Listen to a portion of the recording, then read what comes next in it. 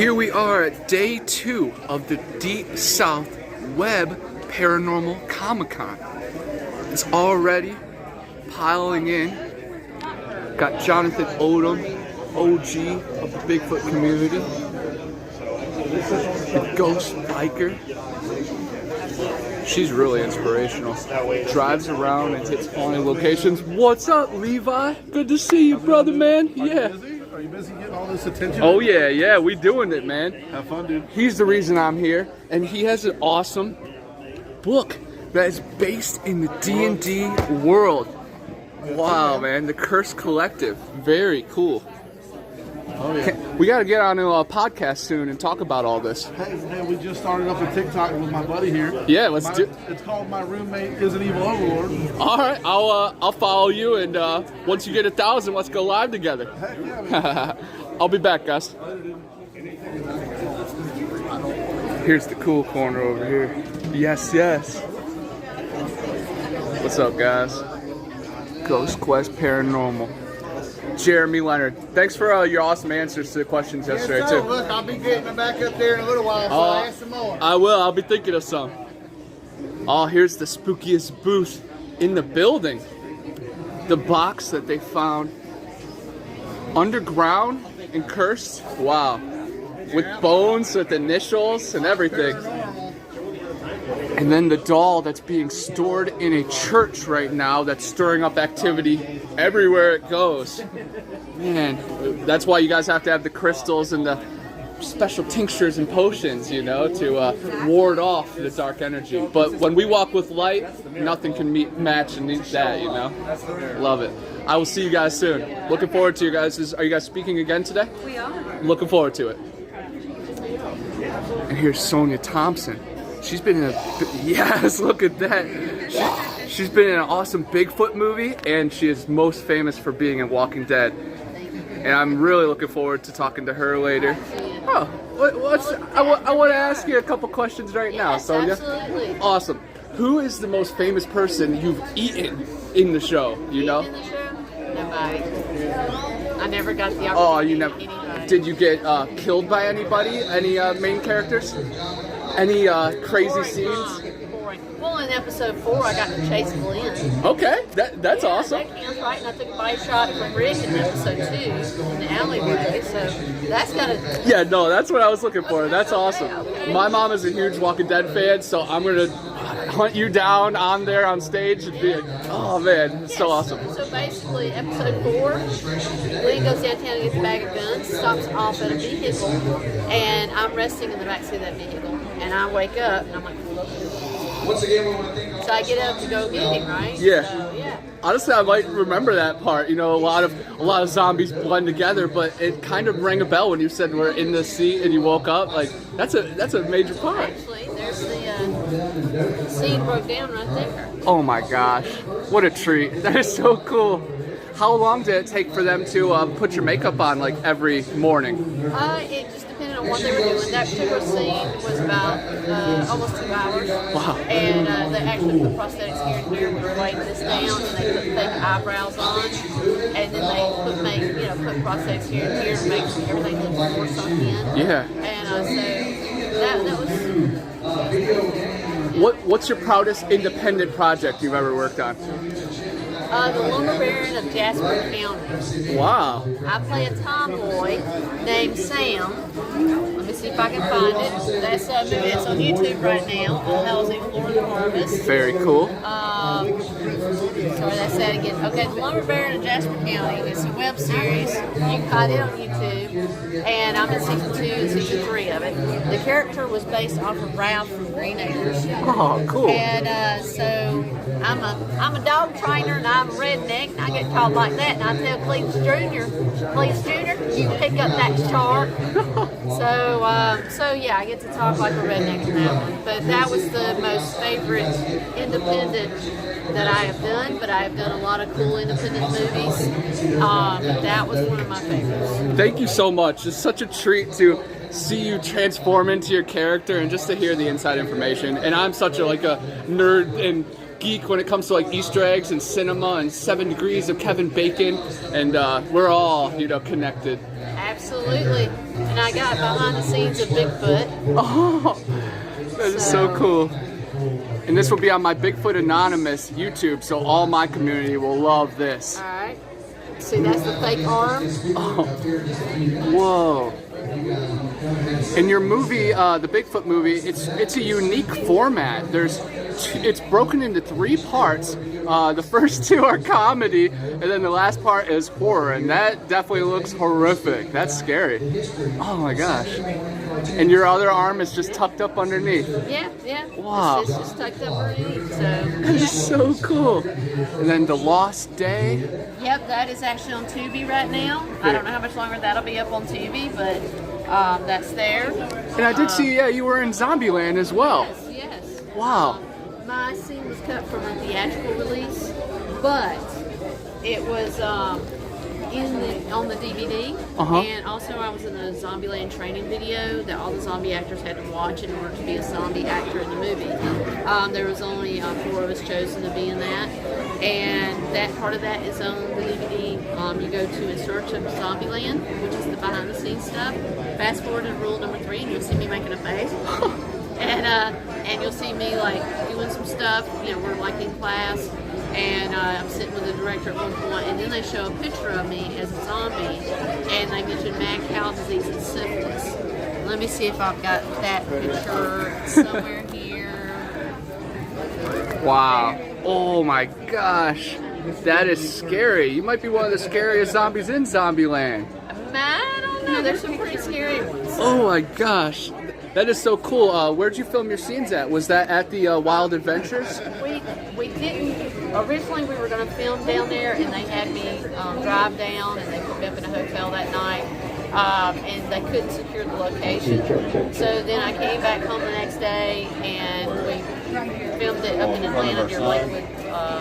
I guess the Lakewood area where they used to do concerts and stuff. And so they had a big warehouse there, and they set a lot of stuff up there. So we did that. So that was really a cool one. That was a cool movie for me because I had a star on the outside of the trailer door. And I was just like, oh my God, I should have got a picture of myself like doing this. I didn't want to get caught. I was like, I'm not supposed to have a camera, you know. That's hilarious. So I was trying to play it cool. Yep, we have to, yes. Well, thank you so much. This was probably the coolest interview of the whole weekend. And your name is what really brought me to this con and just everything, because I just think it's so cool. Like, I love film, and you're a huge filmography. I'm into independent films and just working, just getting out there. And I, like, all those add up. You've been on set a lot of times, and like a lot of memories, a lot of insider information that you'll learn. So again, I said it yesterday, I hope one day you and I are on set together. I think that'd be cool. That would be super cool. Yeah, you're a legendary walker, and I'm a scary Mar. There's a new Ghost movie, and I'm the Mar, and I take out everybody, so me and you could team up. We'll see. Love it, love it. There we go. Thank you so much. You're welcome. 70s with the success of Scooby-Doo. I'm sure a lot of people, if they did this today, I'm sure a lot of people would notice and criticize them for it, but Hanna-Barbera was known for pretty much cloning themselves, putting out a whole bunch of Scooby-Doo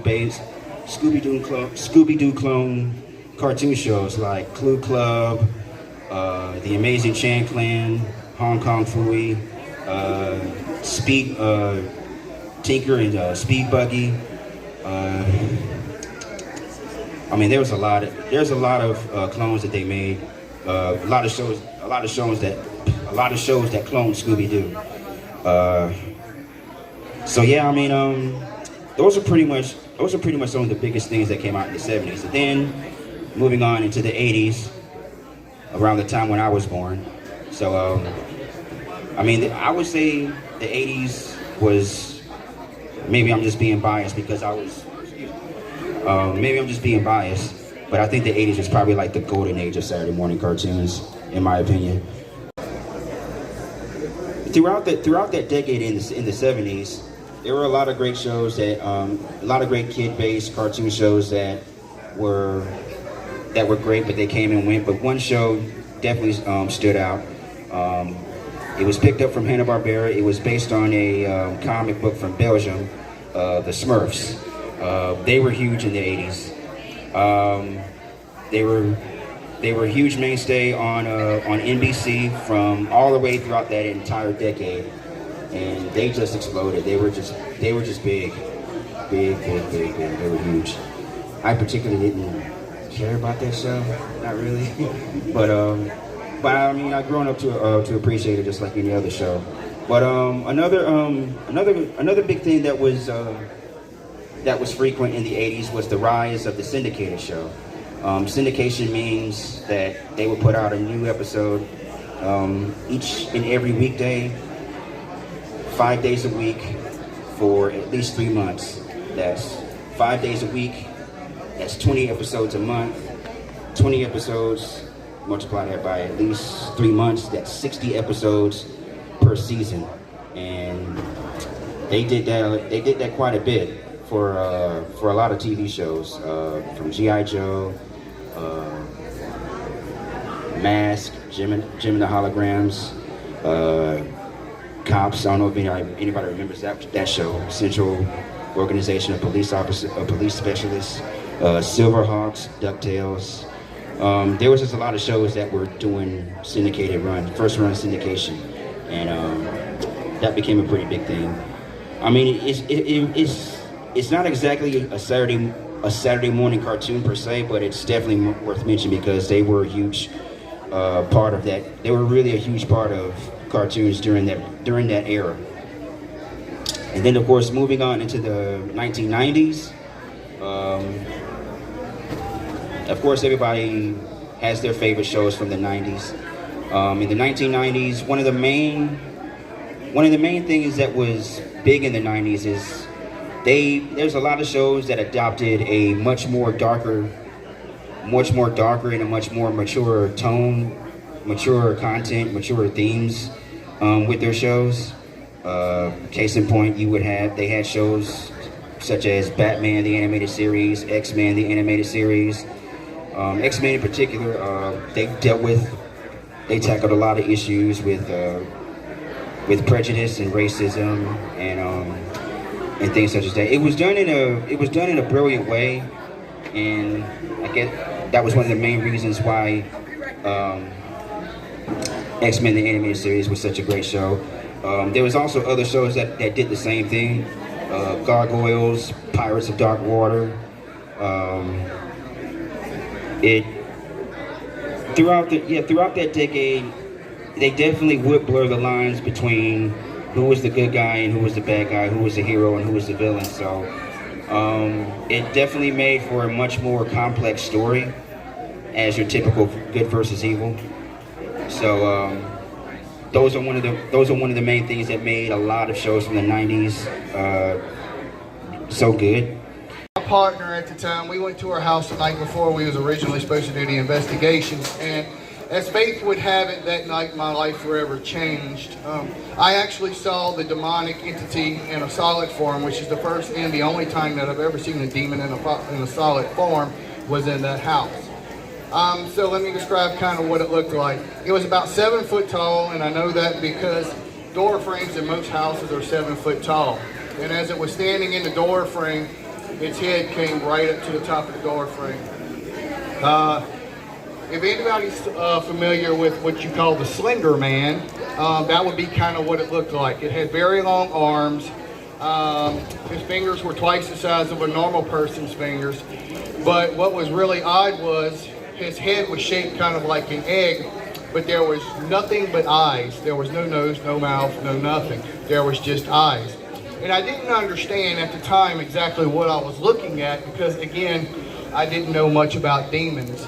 But as I found out later, to make a long story short, I spent 6 months with this mother and her family because the one thing that stuck out in my mind was they had an air mattress in the living room and they had crucifix all the way around it, and that's where they slept at night. They slept together. And me being a father of a young child at that time, that kind of resonated with me. So I tried to go to a local church to get her help, and they basically shunned me and told me I needed to stay away from people like that. So I kind of took matters into my own hands, even though I had no idea what I was doing. Finally, I was able to find somebody to perform an exorcism on Joy. And I ended up getting out of the paranormal field because I seen the dark side of the paranormal, and it wasn't fun anymore. I saw how dangerous it can actually be. So I ended up writing a book about my experiences in the house called The Dwelling, a Dark Entity. And not long after the book was published, I got a friend request from a priest on Facebook. His name was Father Joseph Padre. He's out of Philadelphia. And he told me that he had read my book and he was impressed because I didn't make myself out to be a hero in the book like a lot of people would do. I'd done a lot of things that could have got me, or especially those little girls, hurt, but I didn't know any better at the time. So we formed kind of like a father-son friendship, and one day he asked me how would I feel about him training me in the art of demonology and exorcism. And the first time he told me, I turned him down. I said, no, I didn't want anything to do with it. But when it's a calling, you know, no matter how much you try to run from it, it still comes and finds you. So eventually I gave in and he trained me. So I've been a working demonologist. I studied for about 3 years underneath him before I even took on any cases. I've been taking on active cases now for about 9 years. I performed several exorcisms. Whenever you talk about exorcisms on homes or deliverances, I can't even tell you how many of those I've done. So with that popularity, I ended up getting cast on a show called Ghost of Morgan City that originally aired in 2019 on Travel Channel. You can still see it on Discovery Plus to this day. It's still on there. And also I was on a show with Chris Jericho. If you know who he is, he's a WWF and WCW wrestler.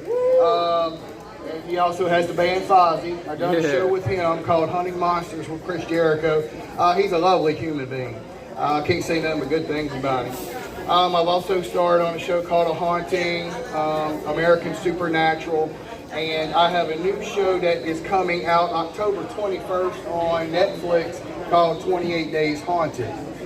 All right, so that's kind of the backstory of me and who I am. I also teach an online demonology and spiritual warfare course online. But today we're going to kind of talk about demons a little bit, fact versus fiction, because there's a lot of misinformation out there, okay, when it comes to demons. Now, the first thing, how many paranormal investigators do we have in the house?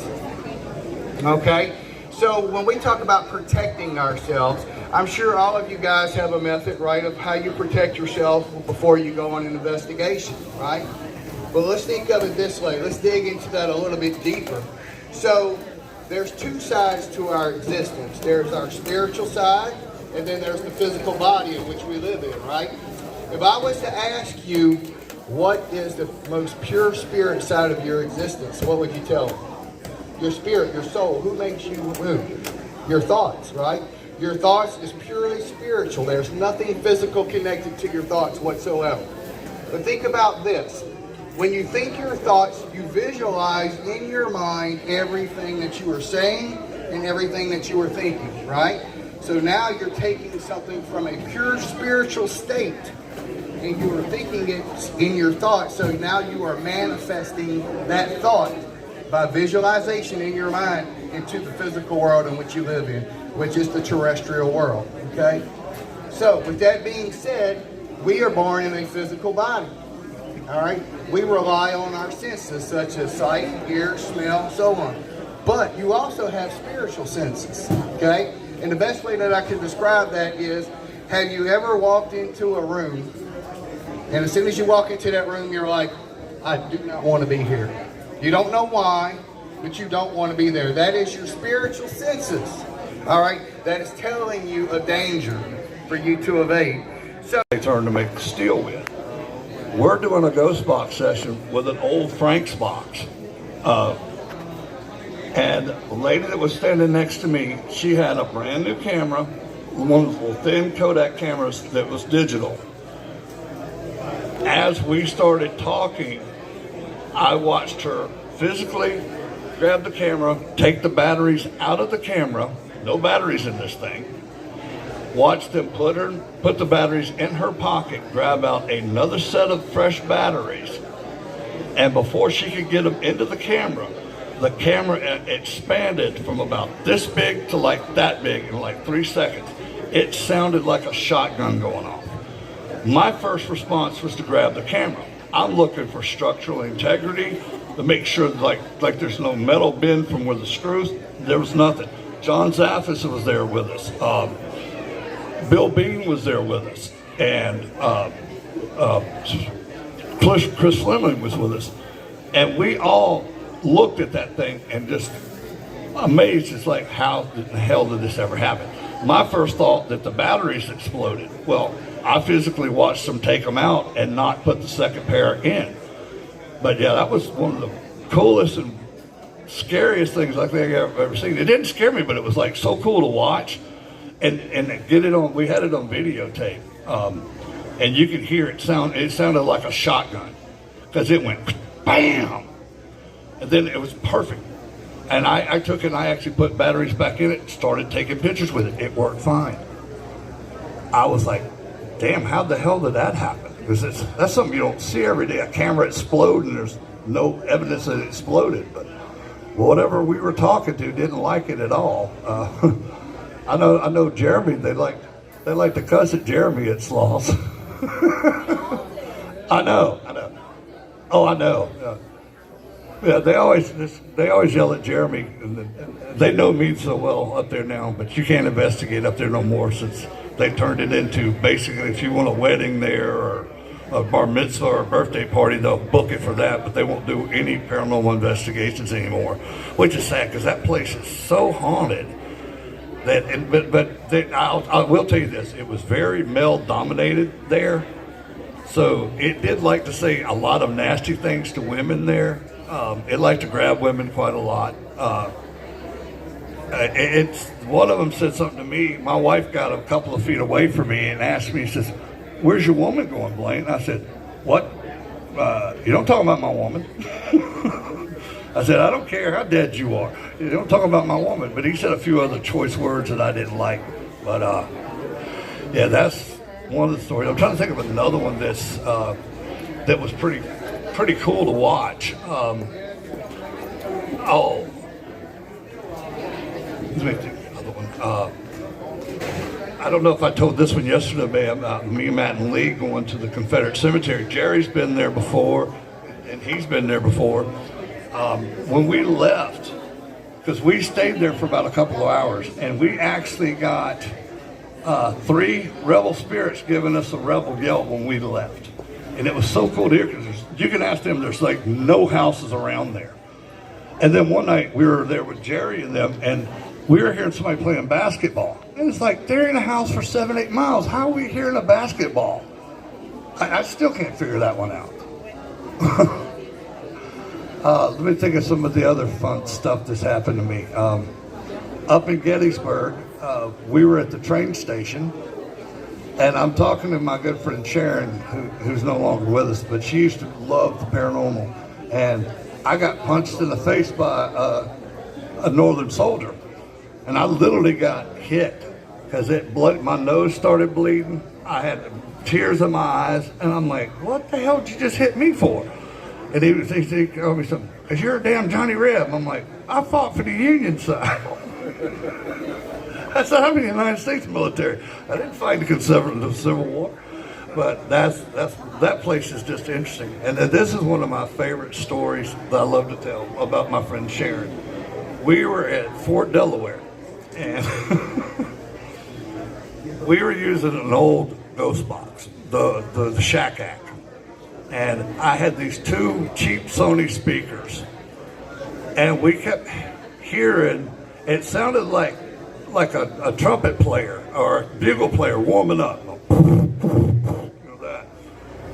And she got so excited when it happened, she grabbed one of the speakers like it was a walkie-talkie. It was like trying to talk on it. I'm dying laughing. I'm like, "Sharon, what are you doing?" I'm trying to talk to this man. I'm trying to talk to this man. And she didn't even realize she did it. Well, a week later, we were at a covered bridge up in Pennsylvania. And we started talking about what happened at Fort Delaware the week before. And then my friend Sharon goes, "How come you never say anything bad about Blaine?" I said, "Because Blaine's royalty." I was like, "Are you kidding me?" I thought that was funny. And then after that happened, one of my good friends in Connecticut actually sent me a Burger King doll and made a shirt for it. It said, "Blaine is royalty" on it. A lot of you guys have watched for a long time. And so what we're going to do is we're going to go over a couple of pieces of footage that I've got the last couple of years. I've got 17 gig of footage, just hunting Bigfoot with a lot of crazy stuff that happens naturally as I hunt. And a lot of the times, you know, you can go 10 hunts and nothing ever happened if you're really honest with yourself. But that 1/10th time that you're not paying attention, and when you hear some of the yells, it's like it happens all at once, you know, and sometimes it's scary as hell. And so in one of these videos, you're going to hear me say a cuss word. So if you're offended, you're supposed to be offended. So, there you go. But this right here is, go ahead and push it. This right here is Creepy Mountain. This is a place in Alabama. It disappeared on me. But this place in Alabama is one of the most active places in Alabama. And I've got the pleasure of hunting there for a couple of months and over the last couple of years. And where this little lake is, I've had a lot of Bigfoot sightings in that one little area of that lake. I've had some good thermals. And we're fishing to play something that I got a couple of years ago. And like I said, pause this for a second. I have so much evidence sometimes that I go home and I just constantly, I get to the point I'll quit for a month or two because it's so much. And I capture a lot of crazy shit. This right here was at the little number 2 lake. And Mark Green and a bunch of other men that I admire introduced me there. The whole time I was there, there's a place, if you ever get a chance to go up there, when you cross the gate, it's like you go into another world almost, and you can feel it every time at the gate. And what's odd about this lake, this was a man-made lake, and it was, people don't realize with hunting tracts of land, it used to be public land at one time, so it was open access. And it's hell getting to this little lake, but when I go there with my thermal, my buddies, we have 67% chance where we're going to go to a national forest, you're going to strike out wild. So this is what it is today. So I have an ex-police officer retired that helps me a lot, Richard, and here at Creepy Mountain, it's like he was always seeing stuff. Whether he had the night vision, he had the thermal, he was always seeing stuff. And he would be like, Jonathan, there's a woman standing over there. And I'm like, because I'm with the thermal and I'm trying to concentrate. And I'm like, okay. And then this was happening this night. He saw some Indian-looking princess thing, and then it changed, and he's got it, you know, on, but he's not pushing record. So I haven't chew him out about that. It was really crazy that he not pushed record. So this happened. So I'm gonna let it play.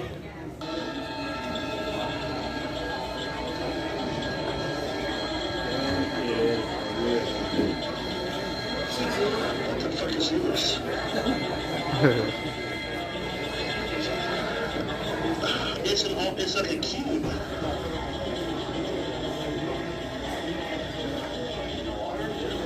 Now, flip.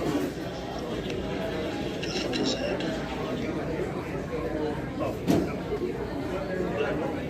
Now, the crazy thing about Creepy Mountain, with this lake, other places in the national forest, there are crazy areas, I don't know what it is, that will drain batteries that quick. And almost like, I don't know if something is drawing the batteries. Connor, I'm sure, has experienced that. Flat Rock has experienced it.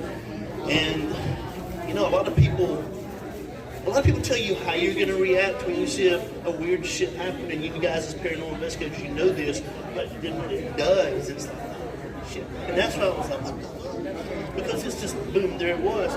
When it went out, of course, we couldn't see anything because the infrared route and the thermal. And the new thermals, they put out a white hot glow. So 30 seconds, my night vision is dead. It's the cost of using the thermal. And so, and now they're getting reports of UFOs on thermals, but people are scanning the night skies and pushing record. So there's a lot of weird shit happening. JPL Laboratories inquired about that video. I think you're just going to start seeing a really a lot of rush of the cube UFO type. This one, I mean, it was, you know, and that night we did a lot of experiments at Creepy Mountain. We played horror music for 2 hours one night, and it was and it was all of this, and we had a police light on the tops when we were doing the lights. And me and Richard walking around. If this, nothing calls up, and then I got one, and I didn't, I don't know if I don't think I've showed this one. It's peeking behind the log, but what's weird is we got the thermal on it. You don't see it go to the log unless it was there the whole time. You know, so that little lake's got a lot of cool shit. This next one, now, my beautiful sister-in-law is a skeptic, but her husband is a big game hunter, does a lot of game hunts, and he believes in Bigfoot. So they recently bought a farm, 40 acres of a farm, close to Asheville, Alabama. Within 3 miles of that, I get reports every couple of years. It's easy to document. You know they're over there. If you want to find them, you can go get a thermal camera. And so they're out of town, so they got these little goats. So we went to take care of the goats. And I told Kristen, I said, we're going to drive to the back, and we're going to thermal coming back, you know. So we were coming back, driving, you know, drinking a little wine, beer, and everything else. And we stopped here, and I scanned the thermal like this. And I got this one right here. And as you see, what I did, I've slowed the footage down. You'll see I've got it here, and I've got another one, and there's another possible one. Some of y'all have seen it on YouTube. Go ahead and push play. And this is slowed down. I'm going to take it for a second. No, push play. It'll take it just for a second. Right there, pause it. There, I think there was one behind there too. So we got it there. I'm on the back of a golf cart while she's driving. Got it there. Good push play. And then as we're driving back, we get it. And this is all in space of 3 or 4 seconds. This is slowed down. Get it right. There's one right there too, I think. Because the other one is right here. Again, third time capture on that. Peeking around that tree. And so she's driving off, and I'm trying not to fall off the golf cart because I've been drinking. You know? And so, pause it right here. And so, when you're looking at a thermal nowadays, it's so much screen glare that you can't. It kills your vision. But when I get it home and I look on the big screen, it's like. There it was, and this was that case. And that was this case with this one. And we went back, debunked it, and there's nothing there. And it's now, it's like, what do you do with that, you know? But they're happy. But they have these little goats, and one of the weirdest things we noticed when we were there is when we would get outside the goats would go back to that pen. And I was like, I told Chris, I said, we need a thermal when we left. We thermal because I thought there's something out there watching these goats. And I couldn't prove it, but their behavior was. Who's ever heard the Alabama White thing? Yeah. Have y'all seen that footage that's on YouTube? It was Facebook for years. This is outside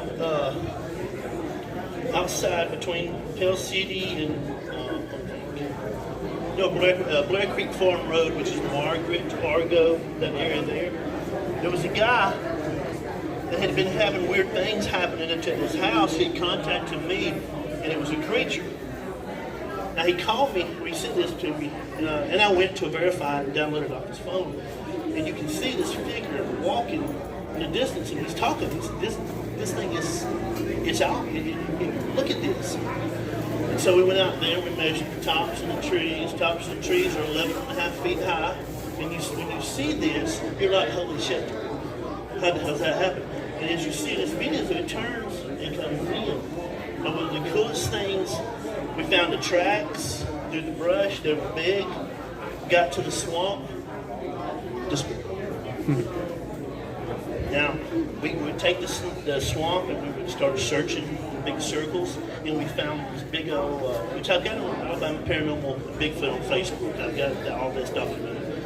We found these big bird nests. I call them big bird nests. It's a nest in the swamp that you could get in, that you would be tactically sound. Nothing's going to come in on you unless you know.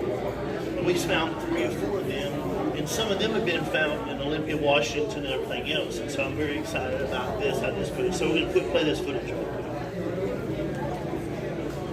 Now you see, it's just I don't care. It's an oddity to it. And I'll tell you my opinion about it when we get done. So the tops of the tree is 11.5 feet high. And he's walking forward. Now watch this. The car comes by in just a second, which is very odd. The footprints are like this, like that. They're wide. I've got pictures of them because it was like high brush, so it was easily left tracks. And it's just, now there's oddities of the foot. If you're a true investigator of the paranormal, Bigfoot, you want to be honest about your stuff, I'm 50-50 on this because it's, number one, it's so blatantly obvious. What did he have to gain to contact me? Because I knew they're in this area because I've worked 3 or 4 properties there for 3 or 4 miles from this guy. I know they're in there. But see, the car goes by and it keeps walking. And that thing's huge. And soon it'll do it and it'll turn into the woods. Now, did you notice that little red thing come through there? That was that right there. I've had people give me footage like this in the infrared reflect off buttons. So they're trying to hoax me. But they don't realize it's some type of reference. So it makes you wonder if we could have, we spent weeks in this place. And we had cameras out all the time, and guess what? We never came back. But as soon as we left, we did. Part of Bigfoot hunting. You know, it's still playing. Yeah, because and there's another, okay, I think it's going to the woods now. Watch it and see how it kind of just fades in. Now, to me, it's a cool indicator because I've seen it do it before. The glide. Okay, pause this for a second. I put a lot of, yes, sir. Do you think it's albinoism? Albinoism? In the Bigfoot, possibly one or? I don't know. That's a big subject now. Albino's documentary come out. I don't know. And it's been reported for decades. Yeah, and within that area, I could take a 5-minute car drive, 10-minute car drive, and take you somewhere with a thermal and get you 80% because they're within 1 mile of 2 subdivisions. Because it's that larger area, and people see them all the time. Yeah. And so some of this audio I've got there, I have audio recorders in the National Forest at all times. I can go in certain places in the National Forest and I can tell you by the time they holler, when they do it, I can get a percentage rate of it. So it evens. Because the thing a Bigfoot hunter or paranormal person does not have is time. And it works against us. So Kristen watches a lot of Audacity with me with sound files for 1 month, and you can look at, you can see trains or 4 dashes, coyotes, humans. You can have and then the Bigfoot range.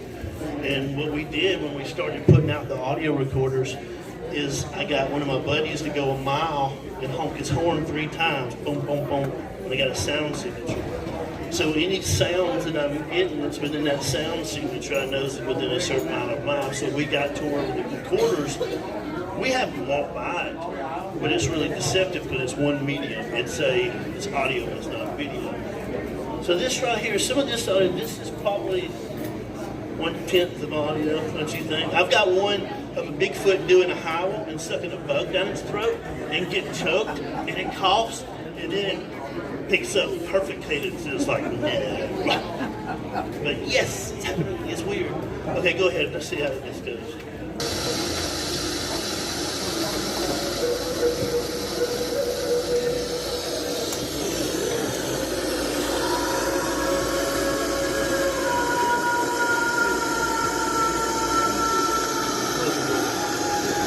Now, I'm the biggest skeptic you'll ever see, but I love a skeptic because I take my evidence and it backs itself up. And I did take a lot of shit behind this turn. With this, if you look on Audacity sound range, you got the human range, you got the coyote range, and there's sound biologists that do this.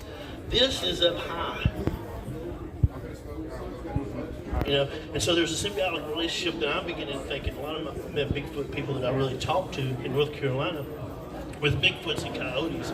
And if any of you have ever heard a Bigfoot holler or a coyote, if you listen back, you'll hear the Bigfoot. There's a weird thing going on we can't figure it out. And this is what happened with this coyote.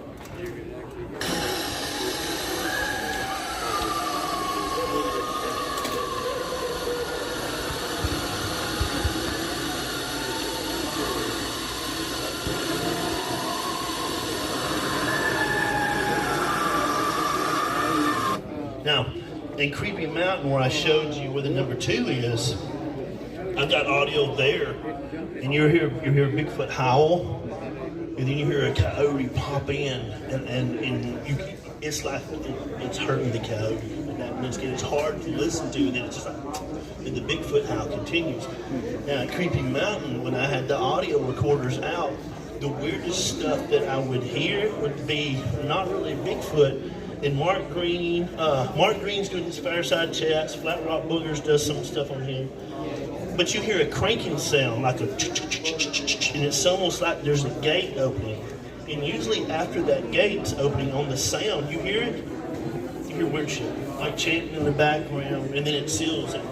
With the timestamps with Audacity, you can predict when it happens, but we don't know what it means. So let's see how much minute I have.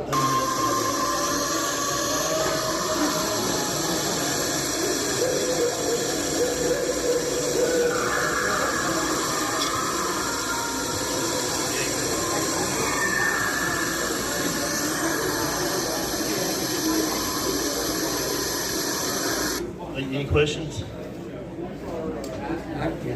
So far? I've got. Yes, sir. Yes, sir. So, as a skeptic, Yeah.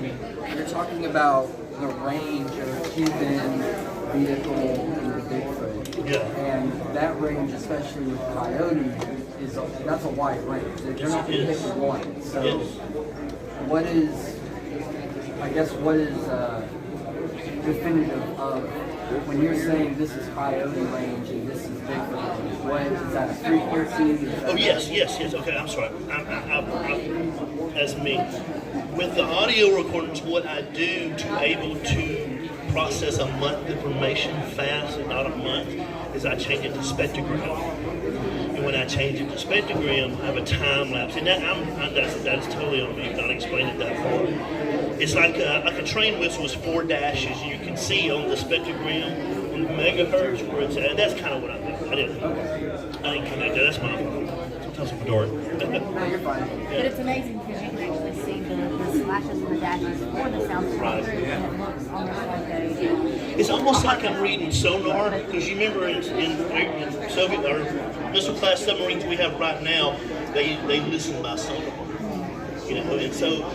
And I can get good sampling in the woods. I give a lot of the audio to the universities because they can have a sampling free of charge, and I'm out there all the time. And the Bigfoot will see way up at, I don't even know how many hertz it is, but it's way above even an airplane. And what's fun with these guys is when you send it to them, and I'm like, hey, you told me this was the other day, because I've got panthers, I've got bobcats, I've got wild. I got some crazy shit. And then I said, well, I got something, and I'll send it to them every time. And it's just like, and then I'll see them out, and we go over to the game, and we're like, hugging, come on now, come on. A lot of that's code. They yell.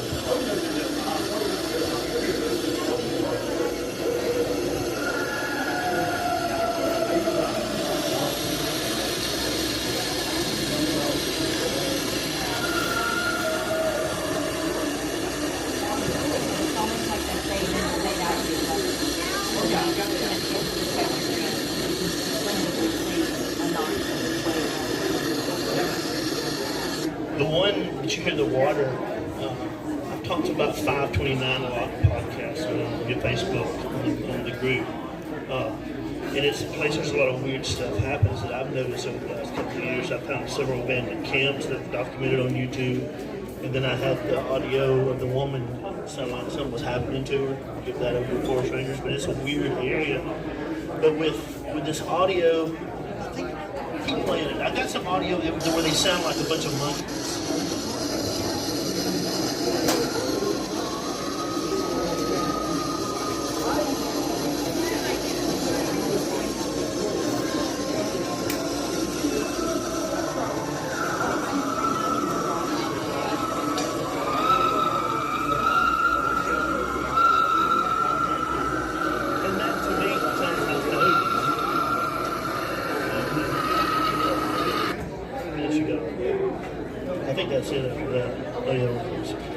But through doing all the Bigfoot stuff, I try to be very horrible on evidence.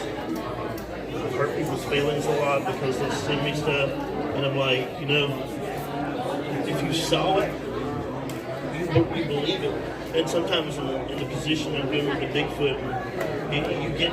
I think people want you to validate what they see, and that's starting to be a hard thing because, I mean, if you believe you've got it, take it, you know. And so I'm gonna open up the questions. Just a little bit of what I do.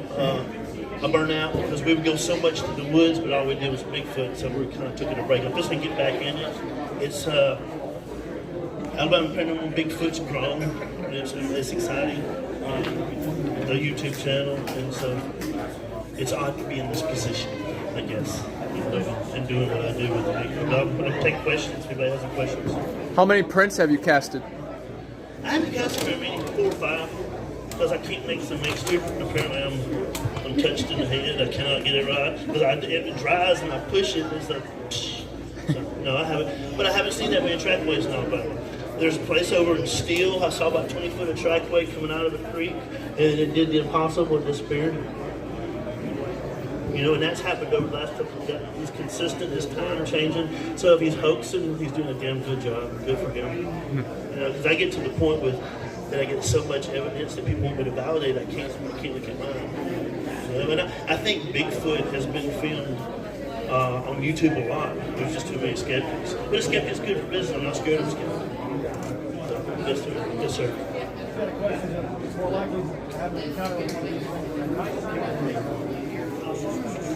You know, it's odd. Keep it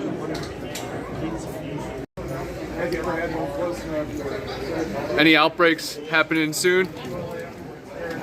Good. Keep me at a distance. Love it. U.S. Steel land, 10,000 acres. I was there. Thanks. All we need you right in it, you know? Yes, sir. Yes, sir. Thank you. It's an awesome turnout here on Saturday. Awesome questions, man. Keep pushing it forward. Yeah, I've got more questions for you. We'll come for them, man. Yes. What an awesome day. So colorful and cool.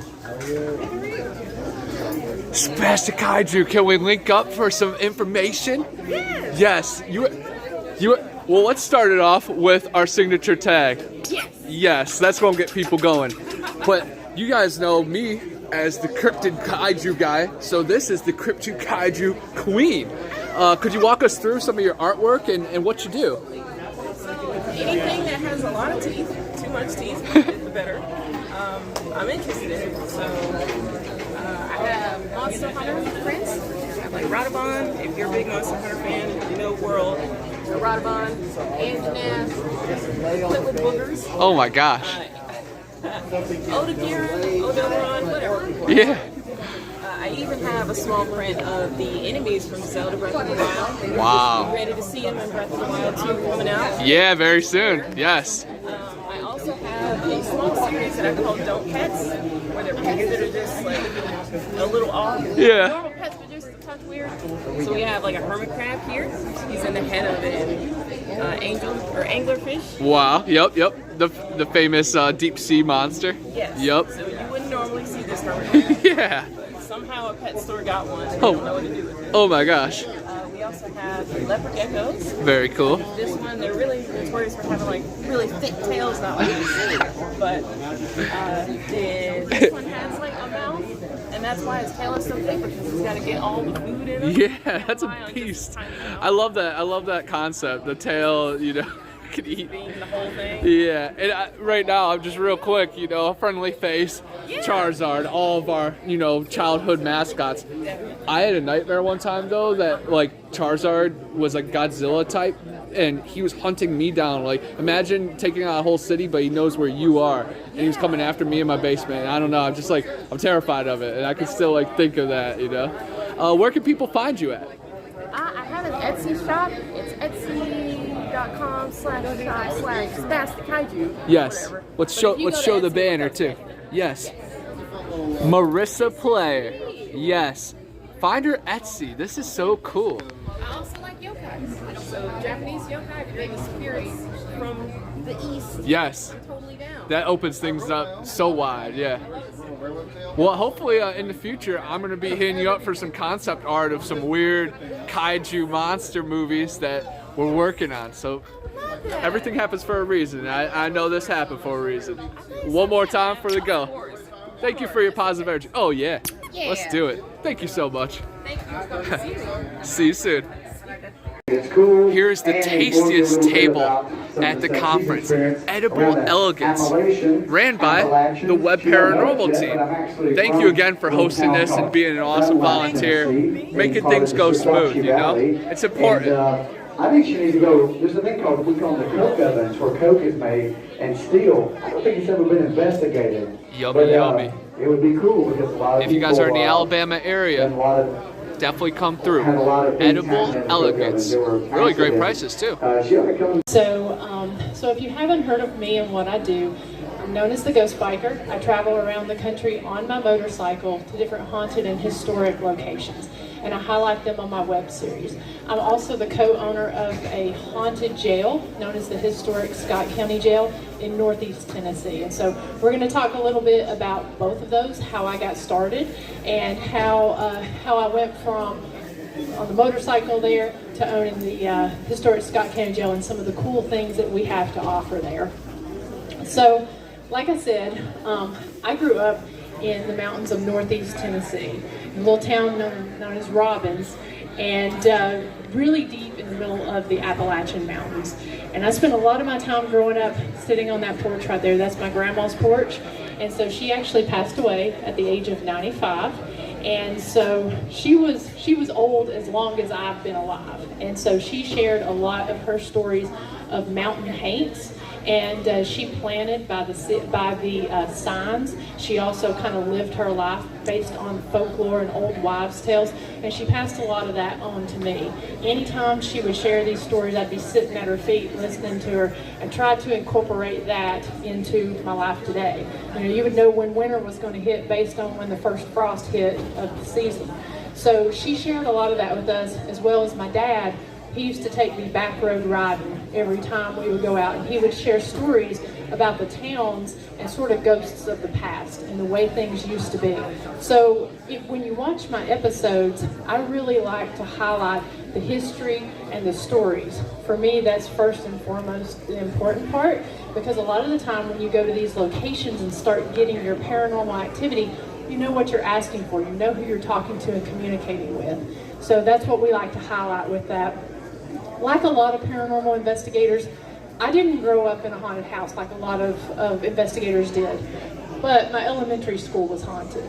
And so in rural Appalachia, a lot of the time the locations that people would use, such as the school, they had other purposes. And so this one back in the early 1900s, specifically the 1920s, was used as a movie theater.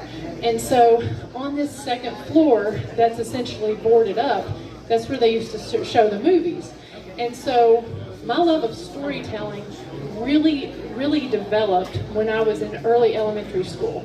Our librarian there at the school, she made sure that every kid that went through the halls of that school knew the story of the tragic shooting that took place in 1927 of Dr. Faust, as well as Deputy W. West. And so in 1927, they were showing a comedy there at the school, and Deputy Fowler, he had gone in and he was going to serve a warrant. And so he was actually known, they called him Six Gun Fowler, and he would wear 6 guns on his side, always wear a bulletproof vest. And when he went in, he was going to serve a warrant for moonshiners. Moonshining was something that was really big in that area. But even though he was serving a warrant, he liked to drink it and spend more time drinking it than he did bringing the folks in. He had been known to kill a couple different folks himself. And on this particular night when they were showing this comedy, some kids kind of started to get unruly there at the theater. So Deputy Deputy Fowler, he threatened the kids. Dr. Faust stands up and tells him to calm down. When he tells him to calm down, he pulls out one of his guns, shoots him in the face, instantly killing him. He turns around, lets off 5 shots, and as he does it, he ends up injuring, and then eventually, the very next day, Deputy West ends up passing away as well. He's so drunk, he doesn't really know what's going on, and so he ends up holding the patrons there of the movie theater hostage that night. When he comes to and sobers up a little bit, they end up arresting him. He's in jail for 2 days. He's sent to Nashville. It's a very quick trial, and within 7 months, he's actually executed by the state of Tennessee. So it was very, very swift justice. But our librarian, she always made sure she shared that story and shared the stories about how you could get phantom laughter on that level. You could also hear phantom movies playing and also gunshots going off. If you went up into the upper level of the school, which was closed off to us kids, you could actually still see the bullet holes in the wall. So I was very fascinated with that, spent all my time that I could in the library learning about not just these old stories, but also some of the hauntings and stuff that came along with it. Unfortunately, that school has been torn down and replaced with a new one, but the property is said to also have some of those residual phantom hauntings. So, also known as the Bleeding Mausoleum in East Tennessee, or in Cleveland, Tennessee. And so it's made out of fine Carrara marble, and with every person that's been buried inside of the mausoleum, new blood spots have formed on the outside of the marble. Now, it could be some kind of impurity in the marble, but it could also be something related to the supernatural side. And so what we like to do is I always draw a large copy for the owner of the location, and then I sell the prints to fund the series. And so that one in particular, that was done, that was highlighted in episode 1 of season 1. And that's about Nina Cragmiles, who was riding in her grandfather's carriage. He was a doctor, and she used to like to ride with him. And so they were crossing a railroad track, and it spooked the horse, causing the horse to rear back. Nina was thrown from the carriage, and she was killed by the cowcatcher of the train. Her dad was so upset about what happened, he ended up 3 years to the day of her death building St. Luke's Episcopal Church, and then also adding this mausoleum for himself and his family. He was one of the founders there of Cleveland. And so when he added this, he put little 7-year-old Nina inside of there, and then a few years later, he had a son. He was only a few hours old. He ended up passing away. They put him in there, and then within about 7 years, he fell, he hit his head, got blood poisoning, and he ended up in there as well.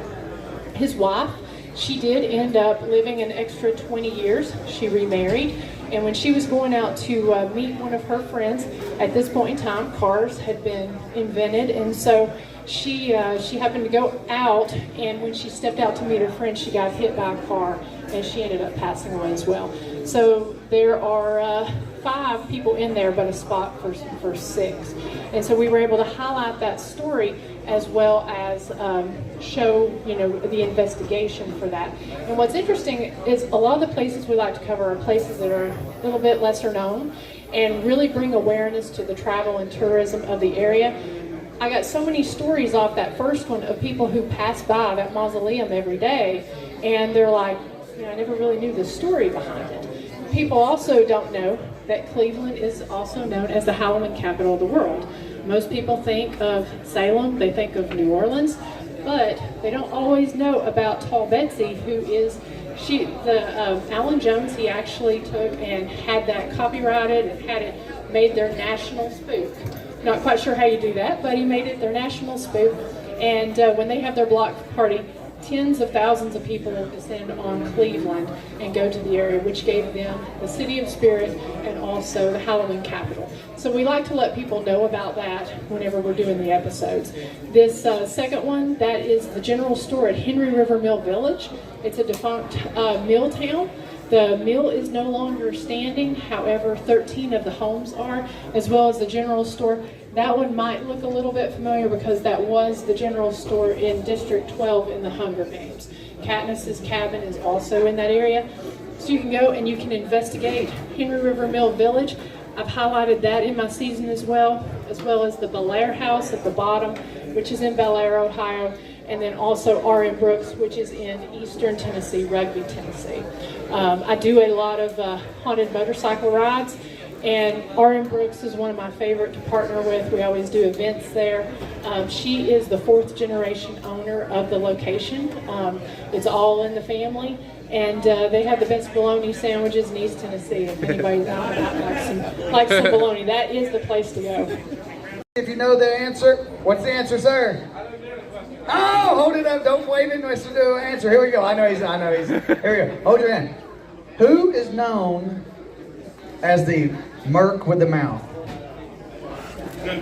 Deadpool, right here. Give him a round of applause. Awesome. Yeah. Oh, look at there. Nice. Okay, get in front of the...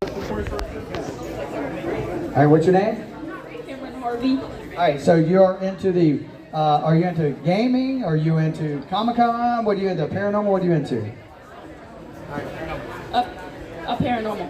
What's your favorite thing about the paranormal investigations? Probably the vibe from it and the stuff you get from it. Awesome, awesome. Give a round of applause. That's good for me. Here's what I want you to do.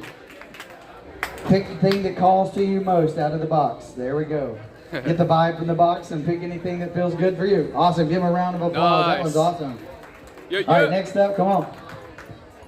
Michael. All right, Michael. What are you into that's here that's today? Comic books. Comic books. What's your favorite comic book? Spawn. Spawn. I love me some Spawn.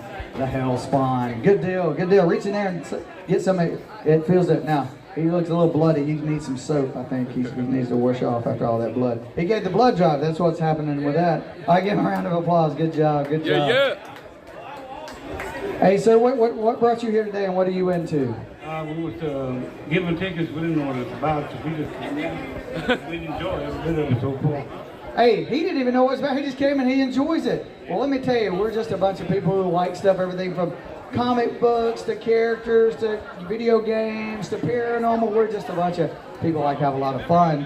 And did you enjoy it today? Well, you're going to enjoy this even more because let me tell you, there's some really cool soaps in here, and they're all special made, right? Matter of fact, this one's the Enchanted. Smells super good and lifts your spirits and gets any bad ones out that you don't need. How's that? Awesome. Give it a big round of applause. Yeah. All right, guys, all the costume contestants, make sure you make your way over there. It's time for the judging. Make your way over there. With that being said, if you're here for the lectures, the Fox family will be on just right after my announcement. And then after that, remember, stick around. They're going to host a custom made investigation back here. We do ask you do not take part in that unless that's something you're into. But these guys have a treat made for you along with Webb Paranormal. All right? So we're going to invite those guys up here, and they're going to tell you all about vibes. Came out with scratches all over her. Her boyfriend actually had to kick the door in to get her out. And the whole time something pushing against him. So quickly we decided, hey, we've got to regroup ourselves. We've got to remember why we're paranormal investigating to begin with. So we go in and we talk with her and we start getting activity going on.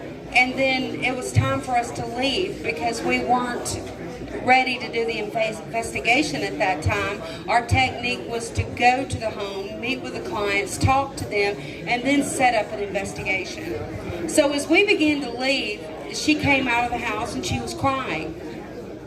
That bothered me. That bothered me. This woman is so upset because paranormal activity is going on in her home. Plates are being slung out of the cabinet, silverware coming up out of the dish drainer, just stuff flying around her home, and we experienced some of that.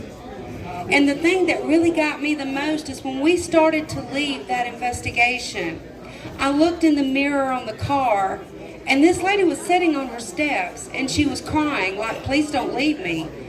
I mean, the look on her face, and it went home with us. It went home with us. We began to feel this after we got home, and we actually wanted to get there as quickly as we could, and we did. We went and we did the investigation at her home, and this was our first experience with a negative entity. Our very first as being Fox Paranormal. And I remember I would go up close to the house, and as soon as I would get up there, I would get sick, just sick at my stomach. My head started hurting. One of the team members gave me something for a headache. I remember that. And then, as I would begin to walk across the street, I was going to throw up because I was so sick at my stomach. I left their property, and as soon as I stepped in the street, that feeling started going away. I didn't feel sick anymore. But as soon as I would step back over there, I would begin to get sick again.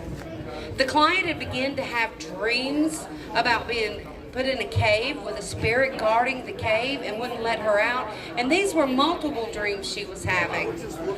And this actually went home with us after the investigation. If you listened to Jeremy earlier, he told us that a human spirit will not follow you home from an investigation. So the thing about this, something followed us home. Just what it was, we didn't know. I had no clue what it was.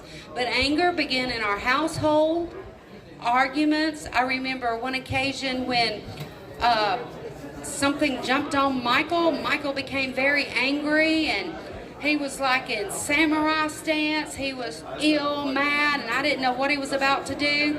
All of a sudden it left him, it jumped me. I began to scream and shout. About that time it jumped off of me and it hit my daddy.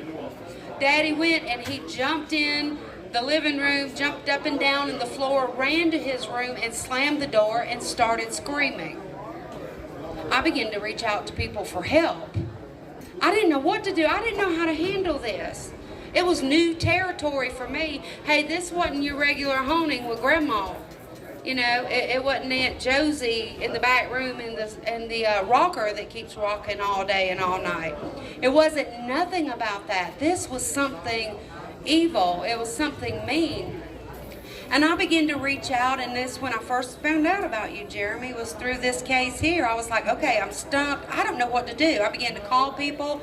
I began to reach out for this one and reach out to that one. Everybody wanted something in exchange to give me help and advice or come to where I was to help me deal with this problem. Except for Jeremy. I will say he was the exception. Actually, I think I reached out to Lee too, and she began to give me phone numbers. She tried to help me too. But I learned real quickly, you've got to protect yourself when you go on investigations. You have to protect yourself. So we began to use items. I have a lot of confidence in the cross because I am a religious woman, and so I began to carry a cross with me every time on an investigation. I would have something with me, even if it was just a note from my daughter saying, "You got this, Mama. Everything's okay. You'll come back home and everything will be fine." But I ended up having to deal with this situation all by myself. That's how I learned to do house cleansings.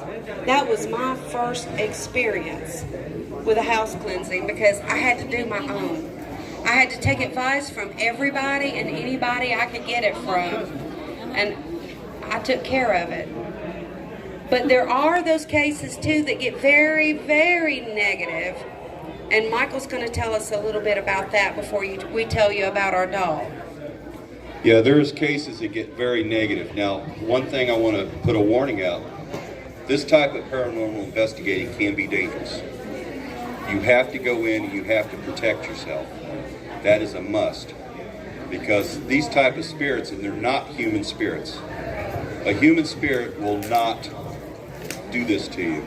This is a demonic spirit that's doing this to you. I go in, I have this little cross right here, protects me. It was handmade by one of my best friends, and he blessed it. I also wear a St. Michael's ring. It's been blessed. These items by themselves don't protect me, but what I have in here with these items protects me. I give them power. And that's what you have to use when you investigate. You have to protect yourself. You have to empower yourself to protect yourself. These demonic spirits don't care who you are. They don't care how big your bank account is. That's not what they're wanting. They're wanting you. They're wanting to control you. That's what they want. That's their only existence. So, And we've done a lot of, especially since, you know, we got into demonology, we've had a lot of cases come up that involve demonic spirits. We did one in North Georgia that really stood out to us. It's in a area, Carnesville, Georgia, and we had to deal with a demonic spirit. I think there was more than one demonic spirit. I believe there we were dealing with elementals as well. Yeah, elementals as well in this case. This is one of the worst cases in all our years of investigating that we ever came across on. And we had to deal with this case, and we dealt with it. But we were dealing with people that was not following our advice. When we go in, we try to help people. We tell them what they need to do on their end. We can only do so much as paranormal investigators and demonologists to help people. If they don't follow what we have to tell them they have to do after we leave, then it's not going to do any good. They're calling us back saying, hey, can you come back? This thing's worse than ever. And that's what happened here. I believe we even had to call Jeremy Leonard in on this case. He long distance helped us out so much that it wasn't funny. But this case, it jumped our investigators, and this was to the point of temporary possession. We had several people that was temporarily possessed. Now, And what had happened here is that they had summoned demons on the property. yes. There was a old well house on the property, and they would go in there and burn candles and summon demons. Yes. And they actually did bring something forth. Yeah, they did bring something forth. Now, the first night we were there, Destiny and I was conducting the investigation. When we do an investigation like that, we don't go in telling them it's demonic or not demonic, or human spirits or not human spirits. We're going in there to prove or disprove a haunting. We're going in there to help the client. First, we got to gain evidence so we know what we're dealing with. If we don't know what we're dealing with, we can't help the clients. That's what our mission was the first night. And Destiny and I was outside, and have you ever seen black, so black that it just overtook everything around you? It's like a veil that fell around you, and you couldn't see your hand in front of you. We experienced that on this case. We did. I was sitting on the side of the car, and normally we heard crickets. We could see the moon through the clouds, but all of a sudden, the crickets stopped. It got so quiet, so pitch black. And I saw something moving toward me from a tree, because I'm sitting on the side of the car seat. The car's facing this way, I'm sitting in the seat. And I look out and I see something coming toward me about this tall. Now the clients had a dog. So it didn't alarm me because I thought it was their puppy dog. As this was coming toward me, here come their dog over here beside the car, beside me, and I'm like, oh, we're in trouble. So we actually, during this point, we felt like we were prey for something. What, we didn't know. We had no clue. So in order to protect ourselves, Michael and I began to walk in the house like this, with one walking backwards and the other one facing forward, because we didn't know what was about to happen to us. We were concerned. And we kept getting this feeling of we're prey.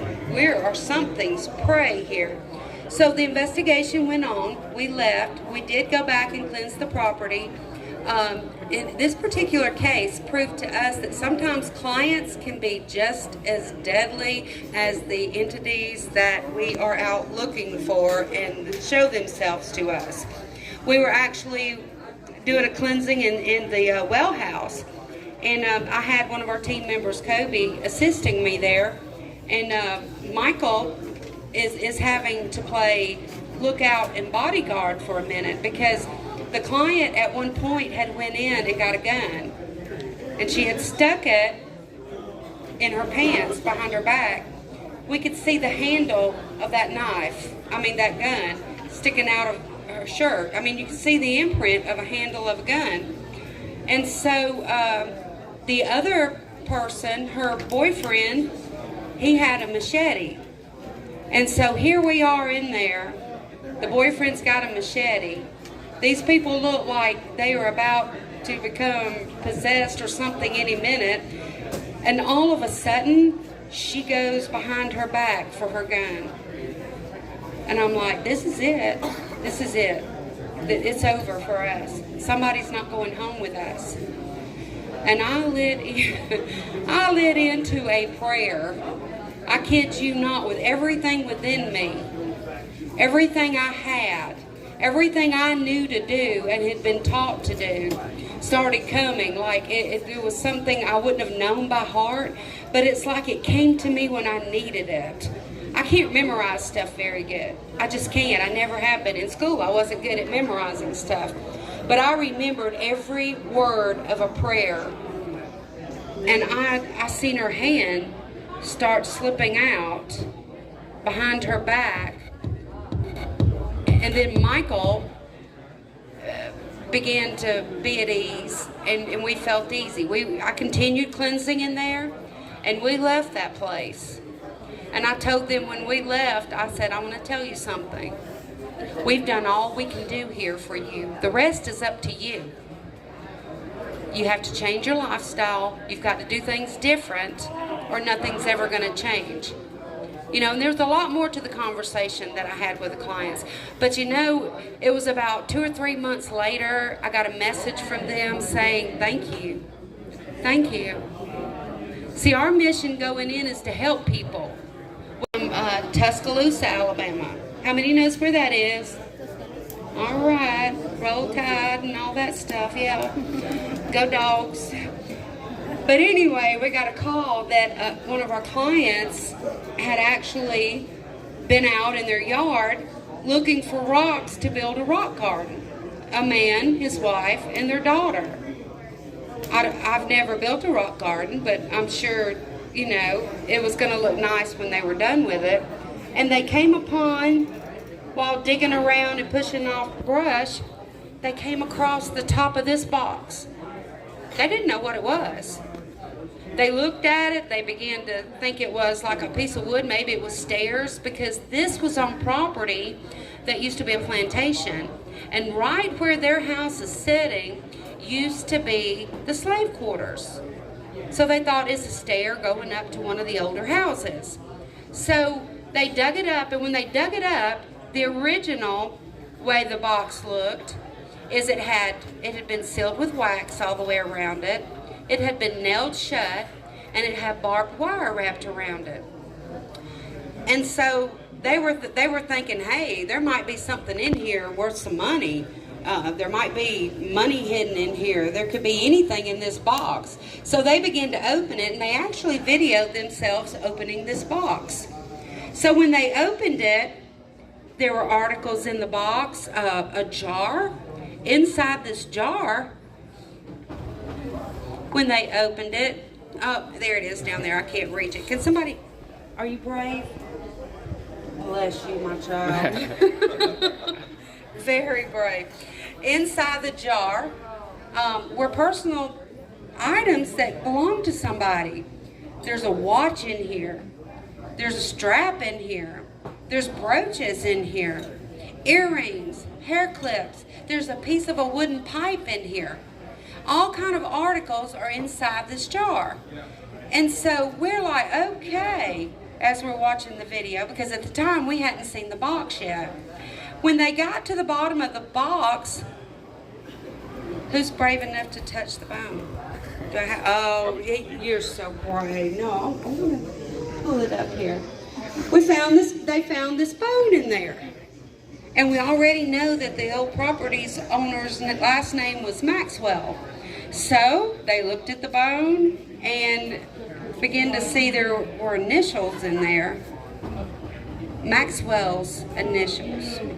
Okay, where's my brave soldier? I need that cross. Uh-oh. Okay. There you go. All right. Digging deeper in the box in the video, and we're going to post this video in the next few months on our page, so you can look us up at Fox Paranormal on Facebook. Also, look us up on, I'm going to give us a little plug right here, look us up on TikTok, Michael and Destiny Fox. Oh, well, you got to throw it in there somewhere. But there was a cross in there. laying over this doll. Except the cross was not this way, it was inverted, laying on the doll. So that tells you right there, something ain't right here. So Michael actually has some of the history of the property and some of the claims that our client had. Top of the box too that we found. We didn't find out right away. We had to clean the box because it was covered in dirt pretty badly. It's got the all-seeing eye, and I believe it was a cross that was etched into the top of the box. Oh, before you go in the history, let me tell you this. So, I wanted to name the doll. The doll actually has 3 iron nails nailed into her chest. So I wanted to name her. So we're going over names, and all of a sudden the name Levada came to me. In the beginning, we had thought that there were maybe 3 different religions, cults, what have you, associated in putting this curse in force against this family. But I had somebody tell me Levian magic. And I thought, hold up just a second. Stop. What did you say? And this person told me Levian magic. And I'm like, well, I named the doll Levada. What a coincidence. I mean, wow. I was like, oh my goodness, that is awesome and amazing. But the history of the property, go ahead, Michael. The history of the property was it was a working plantation in the 1800s. It was owned by a doctor, a well-known doctor in the area. They called him Dr. Maxwell. Dr. Maxwell was known not to be a very nice man. He was not nice to his workers. He did not take care of them well. He didn't care about them. He treated them pretty bad. And as the story goes in the area that we've been able to find out is that Dr. Maxwell had had an affair with one of his slave girls. He impregnated this child. And he did not want this to become public at the time because he was, very high up in the social ladder in the area. And social status in those days meant a lot, especially for rich people, plantation owners like Dr. Maxwell. So, as they said that Dr. Maxwell took this child, this young girl, led her into the woods, led her over to the railroad tracks, and pushed her in front of a moving train. Of course, you know what would happen.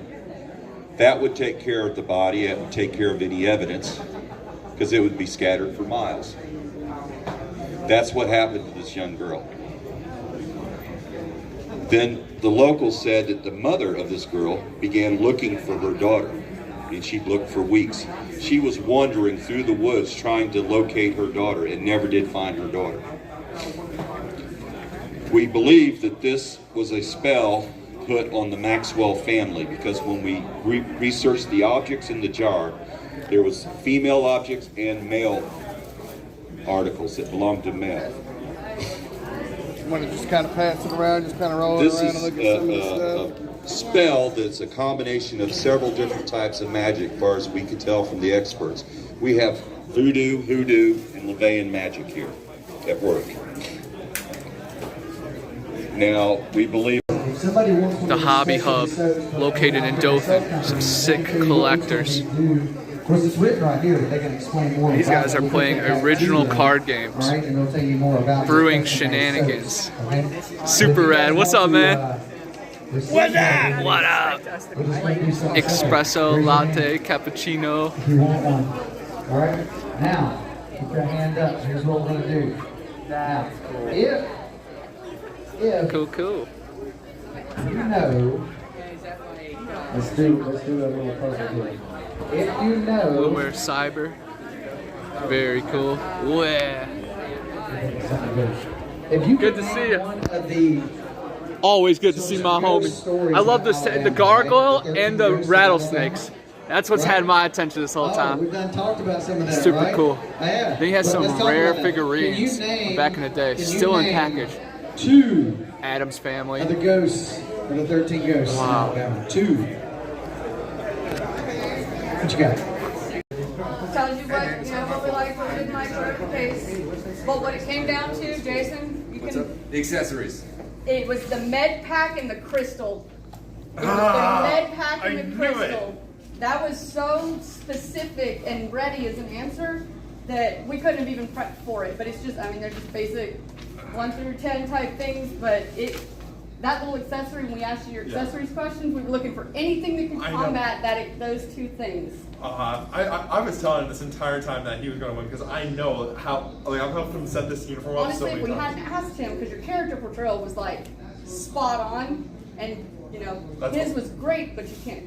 You can only go so far with it. Well, not only that, I'm not allowed to talk, so Right. it's kind of That's- hard. yeah. That's why I went heavy into it because I knew all the low. That was your shining moment, but that crystal, Hey. when you had an answer for a question we hadn't even asked yet, it was on point. I don't speak I was for going for the it. prizes, but it is your cash prize for it. You fought a good fight, gentlemen. He's like, I'm trying to shake your hand. Oh. He's like, I can't, He's like, I can't see it. I can't That's see it. perception. so good job. We appreciate job. it. This is your award ceremony, by the way. Yes. Congratulations.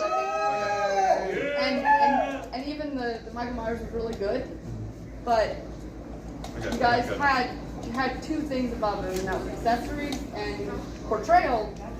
Michael Myers kind of easy to portray, but he was really like he gave you the vibes that he might actually be Michael Myers.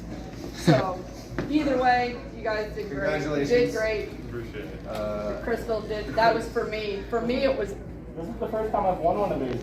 Really? I've done this too for like 2 years, but yeah, this is the first time. Well, Congratulations. you definitely- I'm still yet to win one, so you suck. I've won. Well, I take that back. I did win one at a strip club.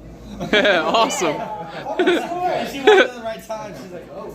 Yeah, Sonia. That's I got awesome. money in there too. We can do this. All right, so you ready? Yeah. Did you turn it on? Yeah, you're on. I mean, there's my dollars. It's kind of weird waiting for it. I'm just like, Oh, this is what you're referring to, is not being able to find one. yeah. Because, What's the agency that covers flights? yeah, were you prepared for this shit? You gonna fly Wow. the Valkyrie? What do you think the crystal's for? I didn't even show up with a weapon. I'm that confident. What do you think the crystal's for? It absorbs all the magic you got, and then we got guns. There's no magic here. This is just good old-fashioned God power. Please, we put God in a box. Yeah. I think you would take a picture real quick, but not you. Yeah. You can't hear him. You have to Back up. He's saying not you yet. Then you. Yeah. Oh yeah. Yeah, I got you. So we are Good. doing a after party. Awesome. Ash brought this all together. Thank you so much, Ash. You are so welcome. Thank you. Something's got to keep these wheels spinning, I'm you saying, know? somebody's got to do it. Oh yeah. World is small when we spread our wings. Yeah, yeah. All right. I'm closing. All these people. I'm talking about I had a real world. I woke up. I unplugged from the Matrix. I stepped out of Plato's cave, if you know that reference. And if you don't know who knows the allegory of Plato's cave? All right, cool. I'll give you a quick rundown on it real quick. Okay, Plato's cave. What I'm talking about, the philosopher, the great philosopher Plato. His allegory was that there's a group of people sitting on a bench watching in a cave. Right, they're in a cave. And they're sitting on a bench. They're like slaves or they're imprisoned, right? And they're having to watch shadows on the wall. And that's all their whole life they've ever seen is those shadows, right? And so what's really happening is there's a fire at the back of the cave, right? And you got these people standing on like this little bridge. And let's just use a book as an example. They take a book and they go across like this, and you see a shadow of a rectangle going. So these people are just watching this all day. And then maybe another shape goes through. Now what happens is one of the people sitting there gets set free one day. One of the people sitting on the bench, and they walk outside the cave, and ooh, sunlight hits them and it's bright. And now they go back into the cave, right? And they go to tell everybody, hey, listen, this is not reality. This is just shadows on the wall. Reality's out here and there's sunlight and it's amazing, it's awesome. And what happens? The people on the bench try to kill him because he's nuts, right? Because that's not reality, that's reality. And that's what happened to me. And you know the movie The Matrix, and I use a lot of pop culture in my teachings and my sharing. And because I think people get the understanding better. You know, you understand what I'm trying to tell you or try to share with you. And see, when I had my awakening, my epiphany, I know exactly what happened. Now let me explain how my awakening happened. I was reading a book because I was miserable, right? I couldn't, like I said, I couldn't figure out what it was. So as I read this book, it's called You Are a Badass. That's the name of it, by Jen Sincera. And I got the digital version of it, and there's an audible read along, and she's got a sassy New York accent, and she's really awesome.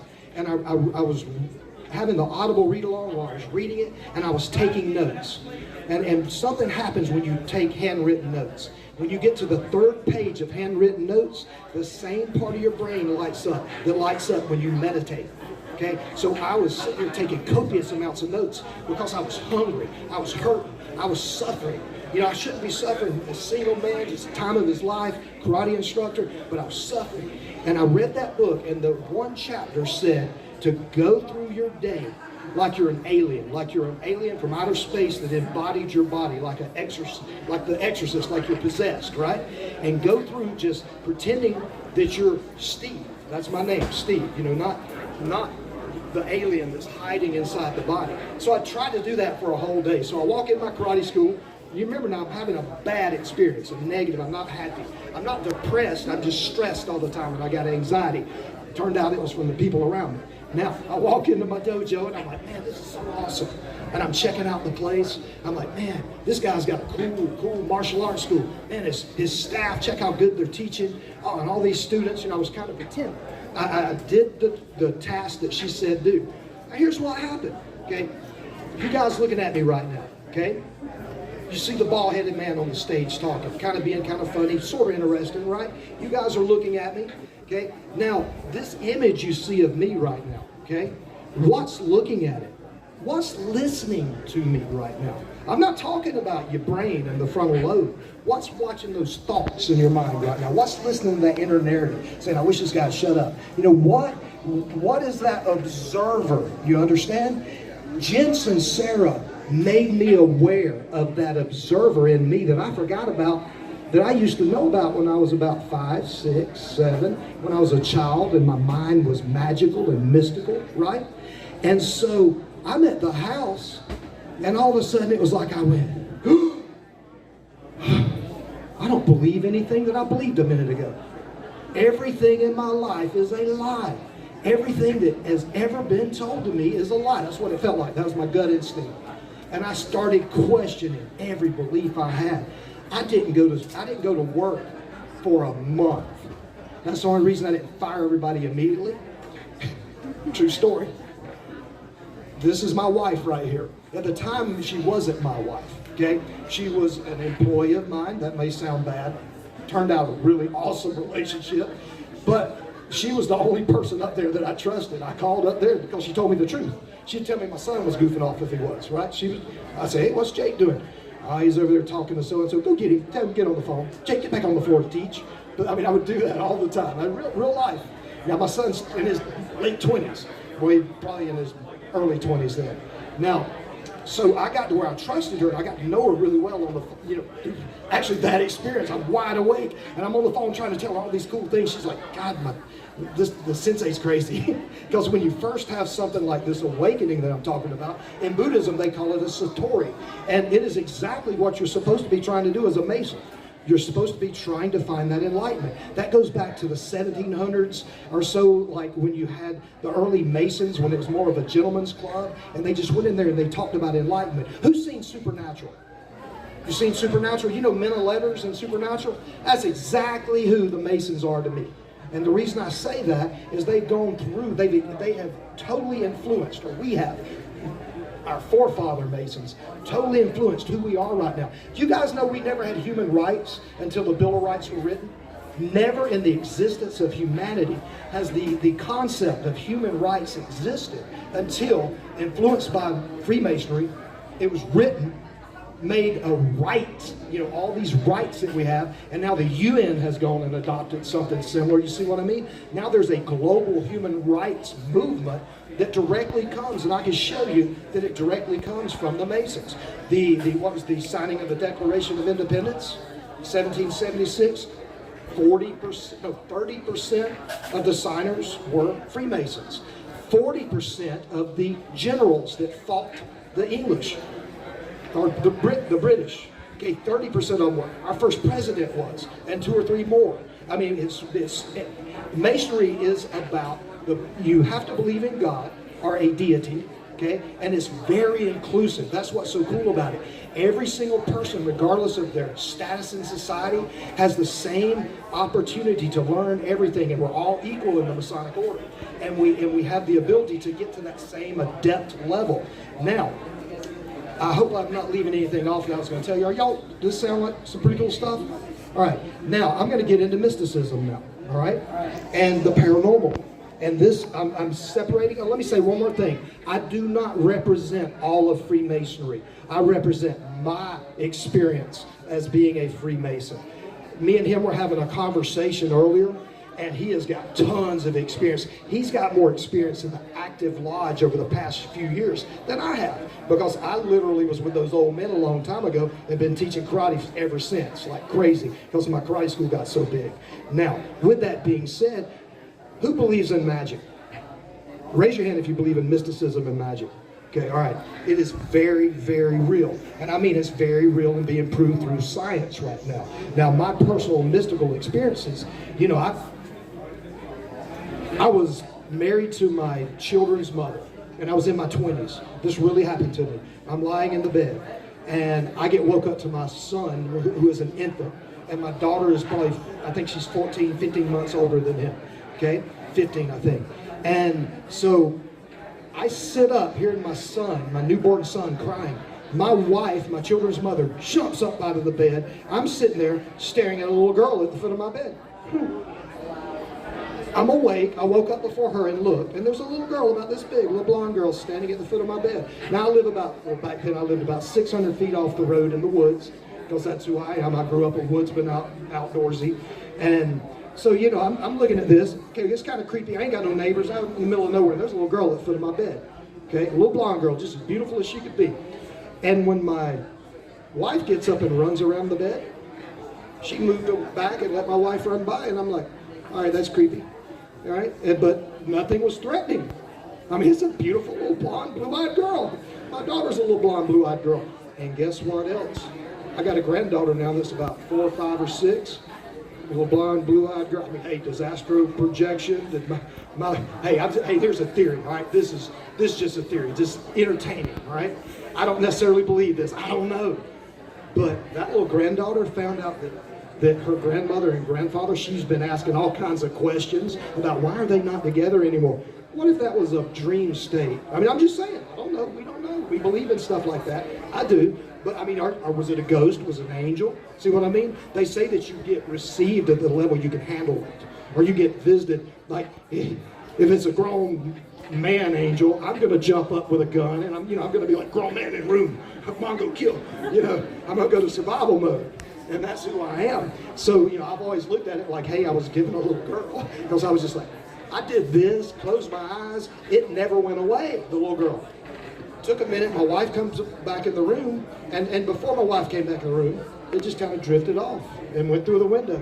And I could not go back to bed that next day. And I was real religious back then. Like, my religiosity was through the roof, okay? And I was Baptist. I called every saintly old woman I knew.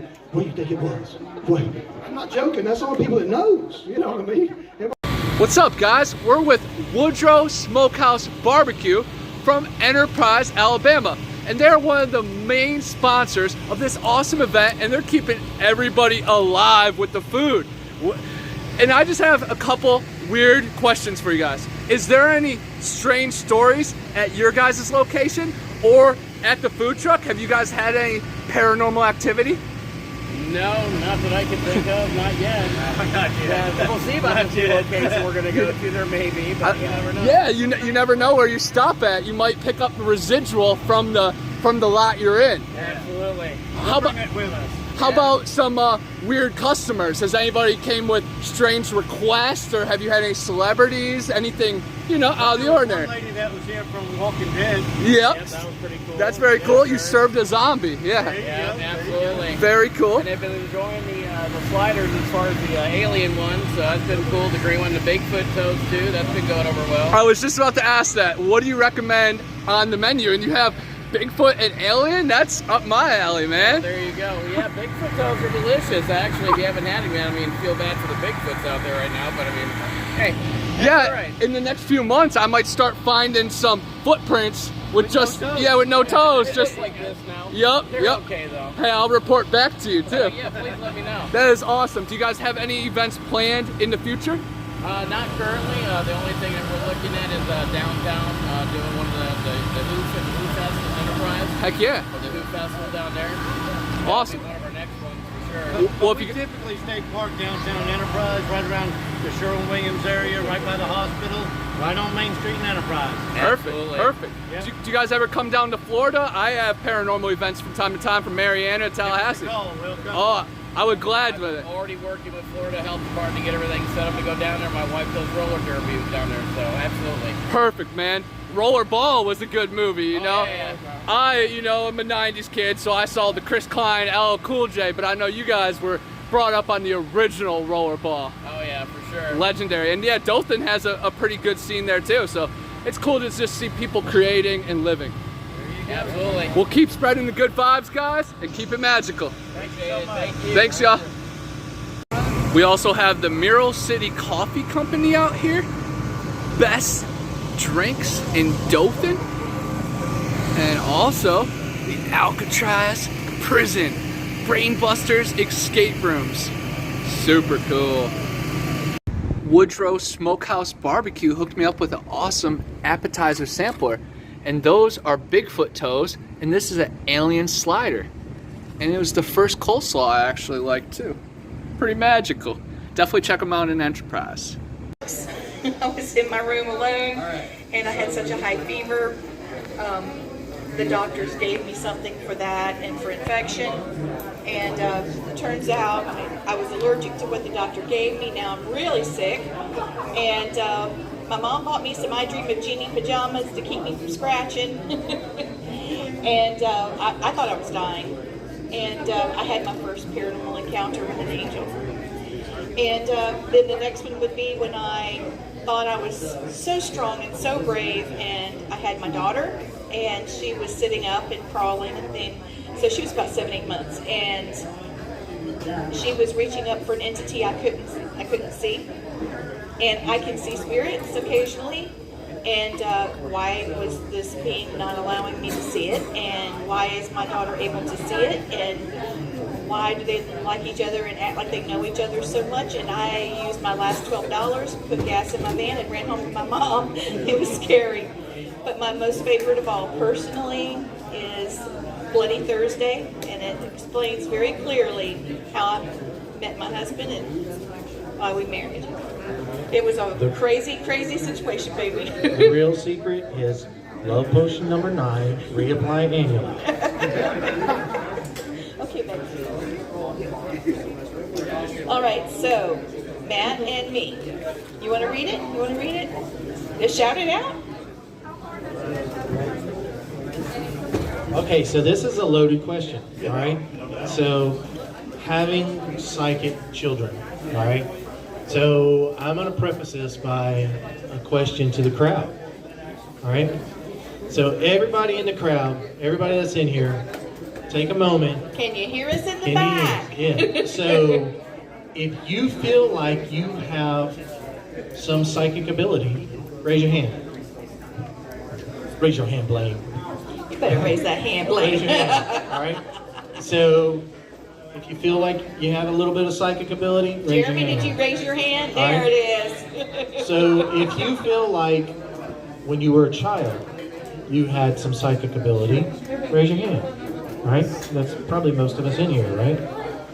If you feel like somebody told you it was in your mind, it was fake, to put it out of your mind, and you're making things up, raise your hand.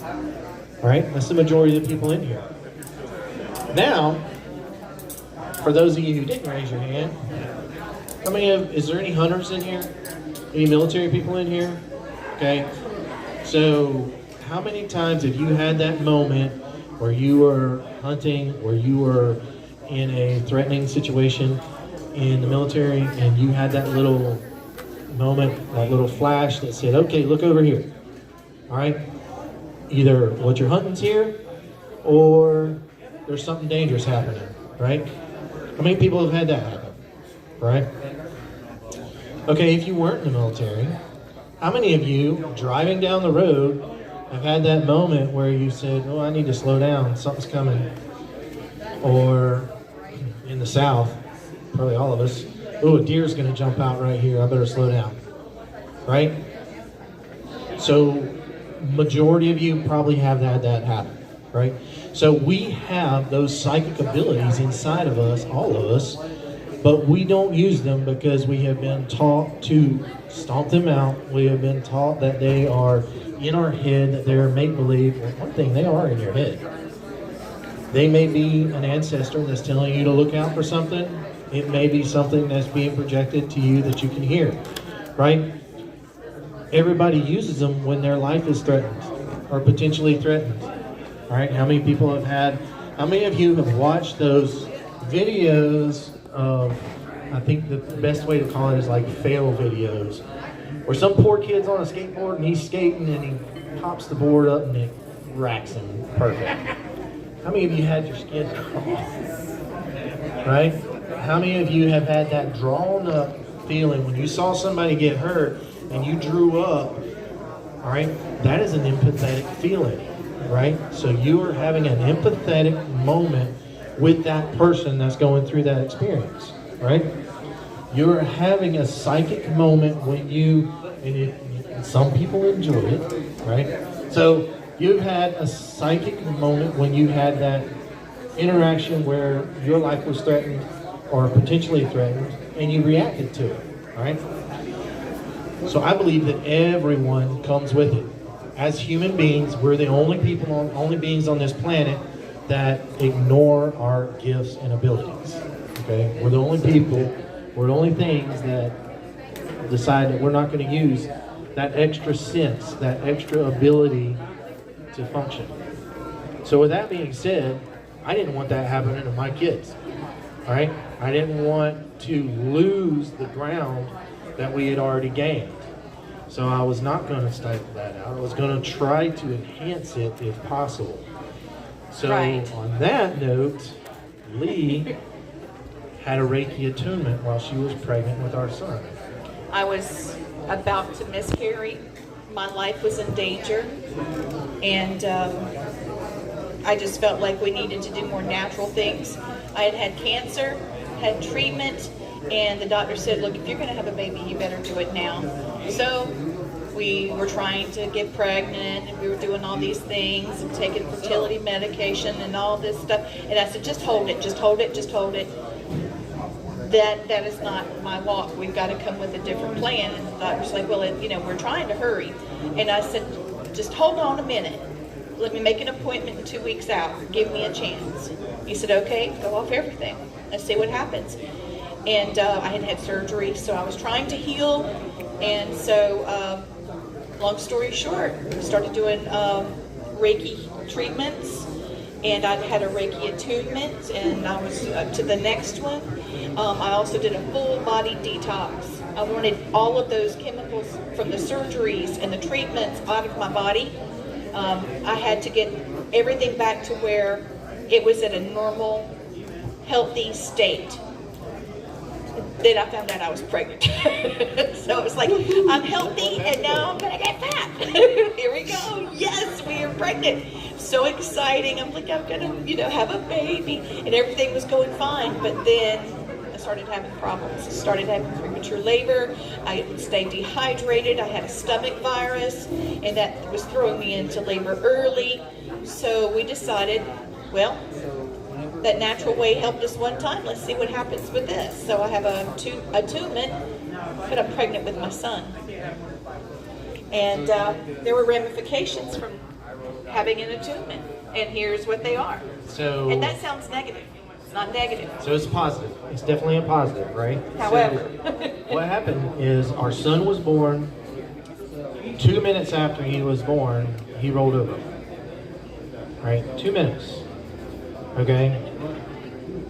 My daughter was in the room. The nurses got on my daughter and said, you can't roll him over like that. And she said, I did. He did it himself. And they're like, So the nurses and the doctor rolled him over. Bright light was in his face. He said, nope. And he rolled himself back over again. So not only do it once, He did it twice in a span of 2 minutes, and his life was like that. He was advanced. He was doing things that normal babies wouldn't do, right?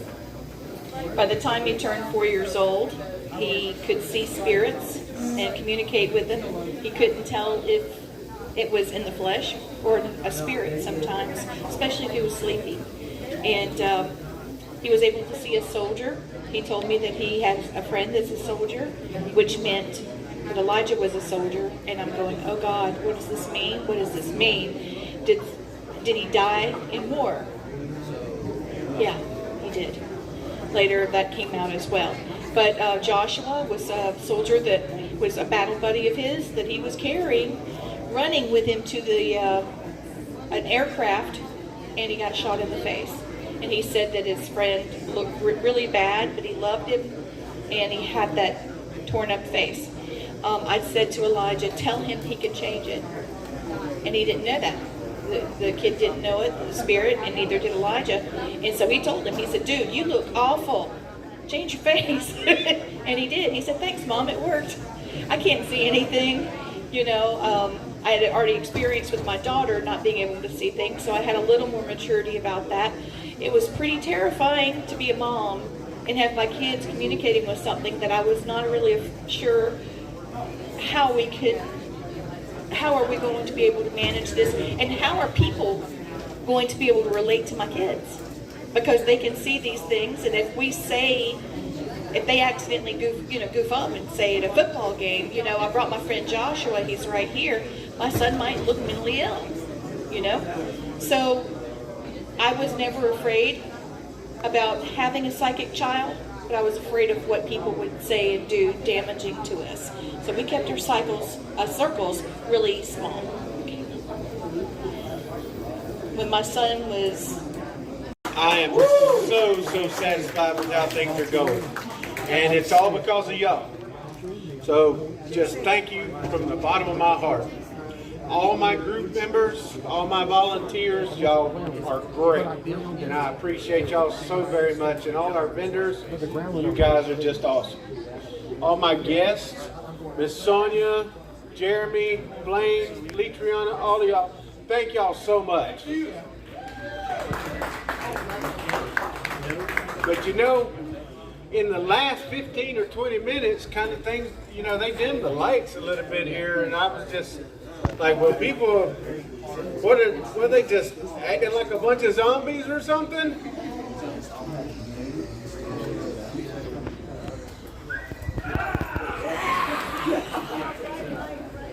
So, as that... Check out the zombies, y'all. We are being invaded.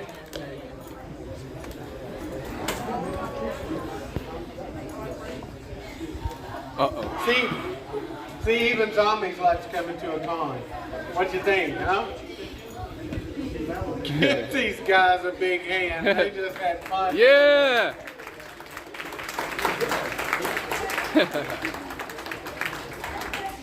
That was awesome. Guys, y'all are just amazing. And I want to thank Miss Sonia for giving zombie lessons, y'all. She gave some zombie lessons to these young adults, and they just done awesome. Thanks for the makeup. You did great. And so, guys, we're just so ecstatic that we get to do this again tomorrow. So I want all y'all to come back. Let's have a great day tomorrow and just kind of finish this Deep South Paracomic-Con 2022 out. Take it out with a bang. Ghostbusters, y'all are awesome. We certainly appreciate y'all coming. And so, again, I thank y'all so much for coming and helping us out. The Boys and Girls Club is going to benefit from some of this too. So, you know, those kids are great. Mr. Joel Adams and his guys, they're awesome. So anytime that you can give to the Boys and Girls Club, y'all please do. That's a great organization. Now, Mr. J.C. Cunningham, my MC.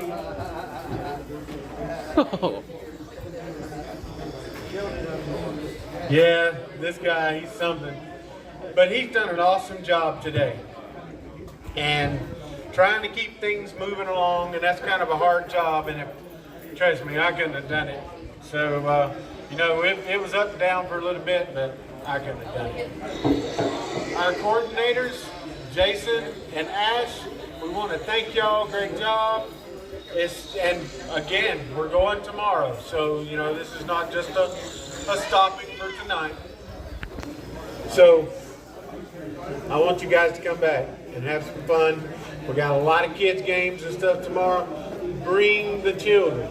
We want a whole bunch of kids. So let the kids come have fun. So my Wicked Paranormal group over here, thank y'all for coming. Amy, Kevin, Heather, what's your name? Jeff. I'm sorry, y'all, I had a problem. But anyway, thank y'all, every one of you, the Fox family. Y'all just don't know how much y'all made me happy. One more person. That beautiful lady right there. My wife. Yeah. Without her, I'd have been lost. She took all of it and put it together along with the other guys. So, thank you. Guys, don't you think they did a great job for the very first? I think it's awesome. Let's give them a big round of applause. Yeah! You know, if you've ever put something together like this, you don't realize until you start getting into the meat of it how tough it is to do. And just between me, they did a great job. Can I get one more big round of applause for these guys? I think they did awesome. They deserve it. Yeah. We know what's coming up later on tonight. You guys are going to be hosting the haunted dinner and then the investigation, right?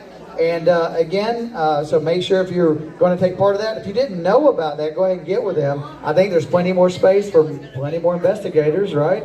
Is there more space available? Yeah, we got more space. They got some more space, so get with these guys. Make sure you go do that. Make sure you also hit these vendors. This is not the end, all right? Make sure you come tomorrow. But from actually here in just a few minutes, the ones who wanted to play some of the escape rooms, right? Those will still be open. We're going to be running those. And if you want to play, this will be your one chance to play the 15-minute game in the next 15 minutes. And after that, if anybody wants to play the 1 hour full version of the game between the bus or the UFO Bros, all right, we're going to give you a chance to do that, all right, to play a 1 hour version, all right? Now that 1 hour version, we're only going to do this here at the Deep South Paracomic-Con. We're only going to do this one time, all right, to let you guys play the full game, 1 hour. We'll do it again tomorrow, but tonight you get to do it one time, so it's the first 6 of any group who wants to play. It will be $10, which is half the price that we'll charge for a full 1 hour game. Now, that's what you guys can do. If you want to sign up for that, we'll be waiting on that to play either the UFO Bros or the Busting Out Prison Escape. We're happy to see you guys. Make sure you give some love to your vendors. Make sure you go around and Off the walls oddballs, one of the strangest but coolest booths here at the convention. How are you doing today? You've been doing awesome makeup with all these zombies and strange creatures all around. I can see you have crazy artwork yourself too. Where do you find your inspiration?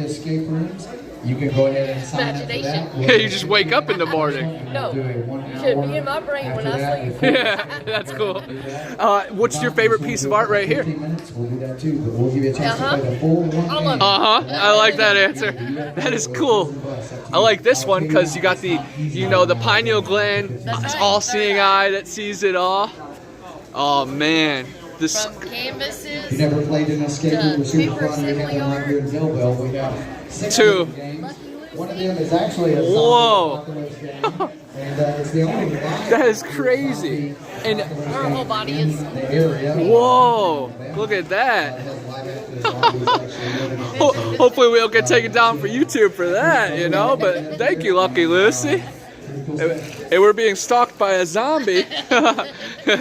But can you explain some of this odd stuff up here? Time after she's done, I would love to show her our zombie apocalypse. Wow. This is So breathing cool to get her system. to come So by and whenever check they that out. replace your knee, they pop off your kneecap Our zombie and apocalypse put escape one room of that we these have on right like a down the drill road. and drill We it actually out. have one Wow. of the saviors And I won the Novocaine thing yesterday. Thank you so much for donating that.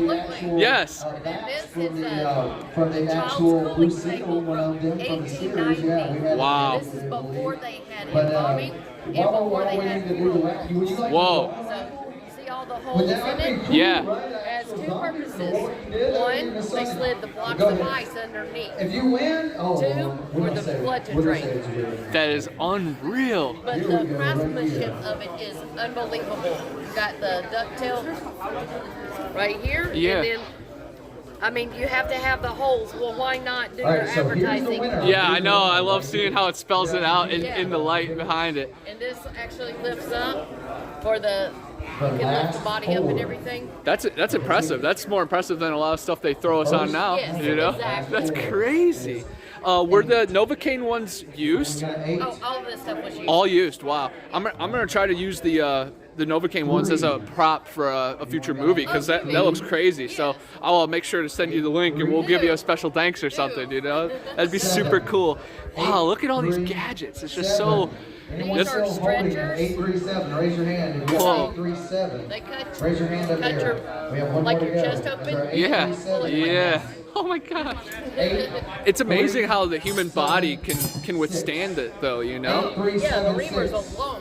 Right. These right here, they cut you open. They slide this down in there. Check Then your they tickets remove going this, once. put the tools down in there to do the 8376. surgery. Wow. Winner, winner. And they still use these. 83. I had my tonsils and adenoids taken out. Any of these been used in my surgery? Well, That's it. actually, I sold 8376 going tonsil once. guillotine that was Going outlawed in twice. the 80s. Oh man, that is rad. And they can find you on YouTube, Google, and Instagram. TikTok, awesome. Yeah. I'm literally all over the platform. Bigfoot community, come on, show some love for sure. Man, thank you for having the spirit here at the conference. So cool. Thank you. Thank you. One of the coolest surprises was finding somebody from my hometown, a fellow Buckeye. What's up, brother? You have a sick collection of magazines, comic books, and just collectibles, dude. Super rad. This one is top notch. I was making the joke it's worth more than my life yesterday. And what's wild is it's a 4.0 and you've checked the census and there's only less than 20 of these actual out there? No, there's a lot more. There was another book that was less than 20. Gotcha. It's a hard to find book. Out in the market. Unless you go online, you might find a few. That's incredible. And you're based out of Destin. What brought you down to Florida? Just happened to see a con locally, so drove out here about an hour and a half, just check it out, meet the people, and just say what's up. Heck yeah, man! I'm looking forward to visiting out there and rekindling the Buckeye blood. Absolutely. For sure, bro. Keep collecting, and that LeBron James Sports Illustrated, that was super cool, man. That caught my attention right away. Awesome. Thank you. Hey, have a good weekend, man. Thank you. Thank you. Man, it was just, it was so hot. There was like a heat index of 105. But I've also been where it was so cold that we were blowing, like fog out of our mouths, which was really crazy. I actually had to edit that out of the cut in season 2. The barn was supposed to burn and we couldn't wait for the barn to burn. But they built that barn just to burn. It was never there before. And so that was kind of, that's kind of a cool tidbit. But they had a gas pipes in there, so to make it like it was burning, from a distance and stuff until they got ready to actually burn the thing down. And when they kept having to yell at us, zombies, move away from the barn because that doesn't look right with everybody clustered. But we were so cold, we just wanted to get warm. So season 1, day 1 of filming with the zombies was down in Fairburn, Georgia. And that's when little girl zombie got shot by, Rick. That's the first time I met Addie Miller. And she was the bravest little girl ever. I mean, she had her mouth wired shut, basically. Couldn't open it here like that, and her mouth was out, like that. And she had to use a straw just to drink. And I was like, oh my God, I can't believe that, me, I'd be freaking out, but she was doing it. She didn't have a problem with it. She really enjoyed it. But her and her mom, Jamie, were just fantastic. So we got to watch that scene go down of her falling on the mat and everything else, which was really neat. But this is the thing that happened. Here we are. We're all peeking out of the convenience store watching it. We're like, man, this is awesome. Ain't that cool? Yeah, it's cool, man. And by the time Frank Darabont yells, cut, we can see all the zombies in the window. So we had to, like, you know, they had to reshoot that scene because we were in the shot. So we had to get back and no longer got to watch the scene like we wanted to. So we had to watch from a distance. So that was pretty cool. Season 1, when we were filming downtown, we were stationed 2 blocks away from the set, and so we had to walk through a little park. And everything was, you got to understand, everything was really locked down and held very secret. So nobody knew we were shooting this zombie thing, right? So all of a sudden, there's these guys playing chess downtown, or checkers, I believe it was chess though. And we're walking by, and all of a sudden they see us, and it's like, and they just freeze. I mean, they don't know what to say. They don't know what to do. The chess piece is just floating in the air, and they're just holding it there, you know. And you know, we kind of wanted to go, you know, but we didn't do that. But it was so funny because, you know, people were looking at us like that, like, holy cow, what's going down? What is happening? Is it the zombie apocalypse or what? You know. And so that was quite funny. That was a very funny thing to watch them, you know, be like that. And then down in Fairburn, when we were filming down there, they had this wreck set up in the middle of the four-way at the red light there. And it was an 18-wheeler turned over on its side, and it was jackknifed, and then there was another car flipped over here, and it was all banged up. And of course, once again, it was all a secret, though. You know, nobody knew what we were doing. So in between takes, they were letting traffic flow through. Well, you know, down in the South, when we see a wreck, we got to call and let everybody know about it. So I'm watching people, and they're like getting on their phones. Man, there's a bad wreck down here. Oh my God, I don't know what happened. It's bad. You know, that's what we do in the South. We like to let everybody know. We want to know, hey, y'all might not want to come this way. So there's this one lady. She was doing that, and I was up on the edge of the road because we were actually chasing Rick, you know, back to the police car and all this kind of stuff, trying to go after him. And that's some stuff that got, you know, like, you know, deleted from the main cut. But anyway, she was on her phone like that, and I just couldn't resist. I started going at her. That woman, she jumped from one side of the car, from the driver's seat to the passenger side, and she's reaching across, trying to lock that door. And I was trying, I didn't laugh, I stayed in character, and finally I just couldn't do it no more. I was like, that poor woman's still have a heart attack and I'm gonna be responsible, so I stopped right then and there. So, you know, yeah, we even though it was hard days, it was long days, it wasn't a lot of fun, because it was 105 heat index some days. It was very hot, and all the clothes, the sweaters and everything we had to wear. But I tell you, it was such long days. We did have some fun, but most of the time it was just a lot of hard work. It wasn't like dressing up for Halloween and then getting to go home whenever you wanted to and take it off. If we got tired of wearing it, we had to keep it on. We didn't have no choice. We were getting paid to be there. It wasn't that much, but we were getting paid to be there. So anyway, I just figured I'd throw a few of those things out. There's some more cool, memorable things. And a lot of people ask, how long did the makeup process take? An hour and a half to 2 hours, depending on what they were doing that day. Some makeup things were 3.5 hours for some people. Like RV Zombie and some of the others like that had, you know, Bicycle Girl, hers was very extensive. And then it took another 45 minutes to get it off because it was glued to us. So, you know, we were there long days, and it was a lot of hard work. And, you know, I'm thankful that I had the opportunity to be on the show. And I've been acting in film and TV since 06-07, so the year before that I did Zombieland, and that makeup process was 2 hours with 2 makeup artists, and they hand painted each of my team. So that was that took me forever to get off, by the way, and the blood in the ears. Oh my God. For like 3 days, I was just like, oh man, I still got blood in there. Hey, puppy. Hey. We got a puppy Oh, and dog. on Zombieland, when I got done with my set that day, Abigail had just gotten a new puppy, and that just reminded me of it. And I'm like, hey, little puppy, how you doing? You're so cute. And I look like this bloody zombie, okay? That just proves right there that dogs don't care how a person looks. It's all what's on the inside. And I just I use that as a little analogy to say, hey, you know what?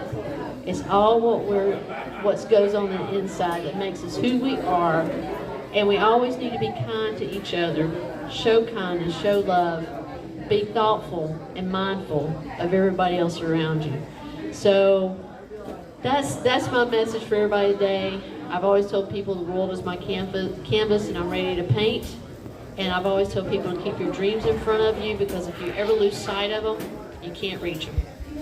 And that's what I tell the schools, and that's what I'm telling you guys. And I know that he wants to wrap this stuff on up because everybody wants to get out of here. And I want to go try to find that dog and pet it. Not eat it, but pet it.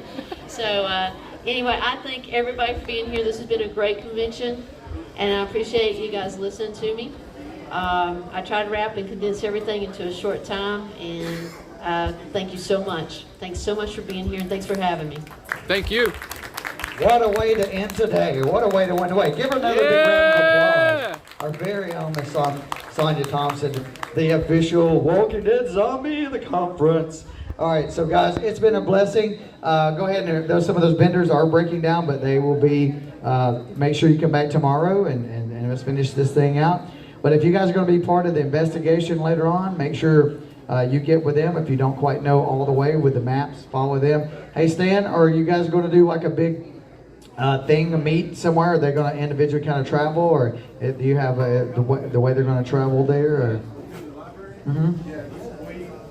Give everybody the address. Right. But it's the Newton Library. It's yeah. Look up the Newton Library, and if you guys are going to be part of that, I have been there. It is so cool. It is such a cool, unique thing there. That's experienced. It's really cool. You guys are having a great time there tonight.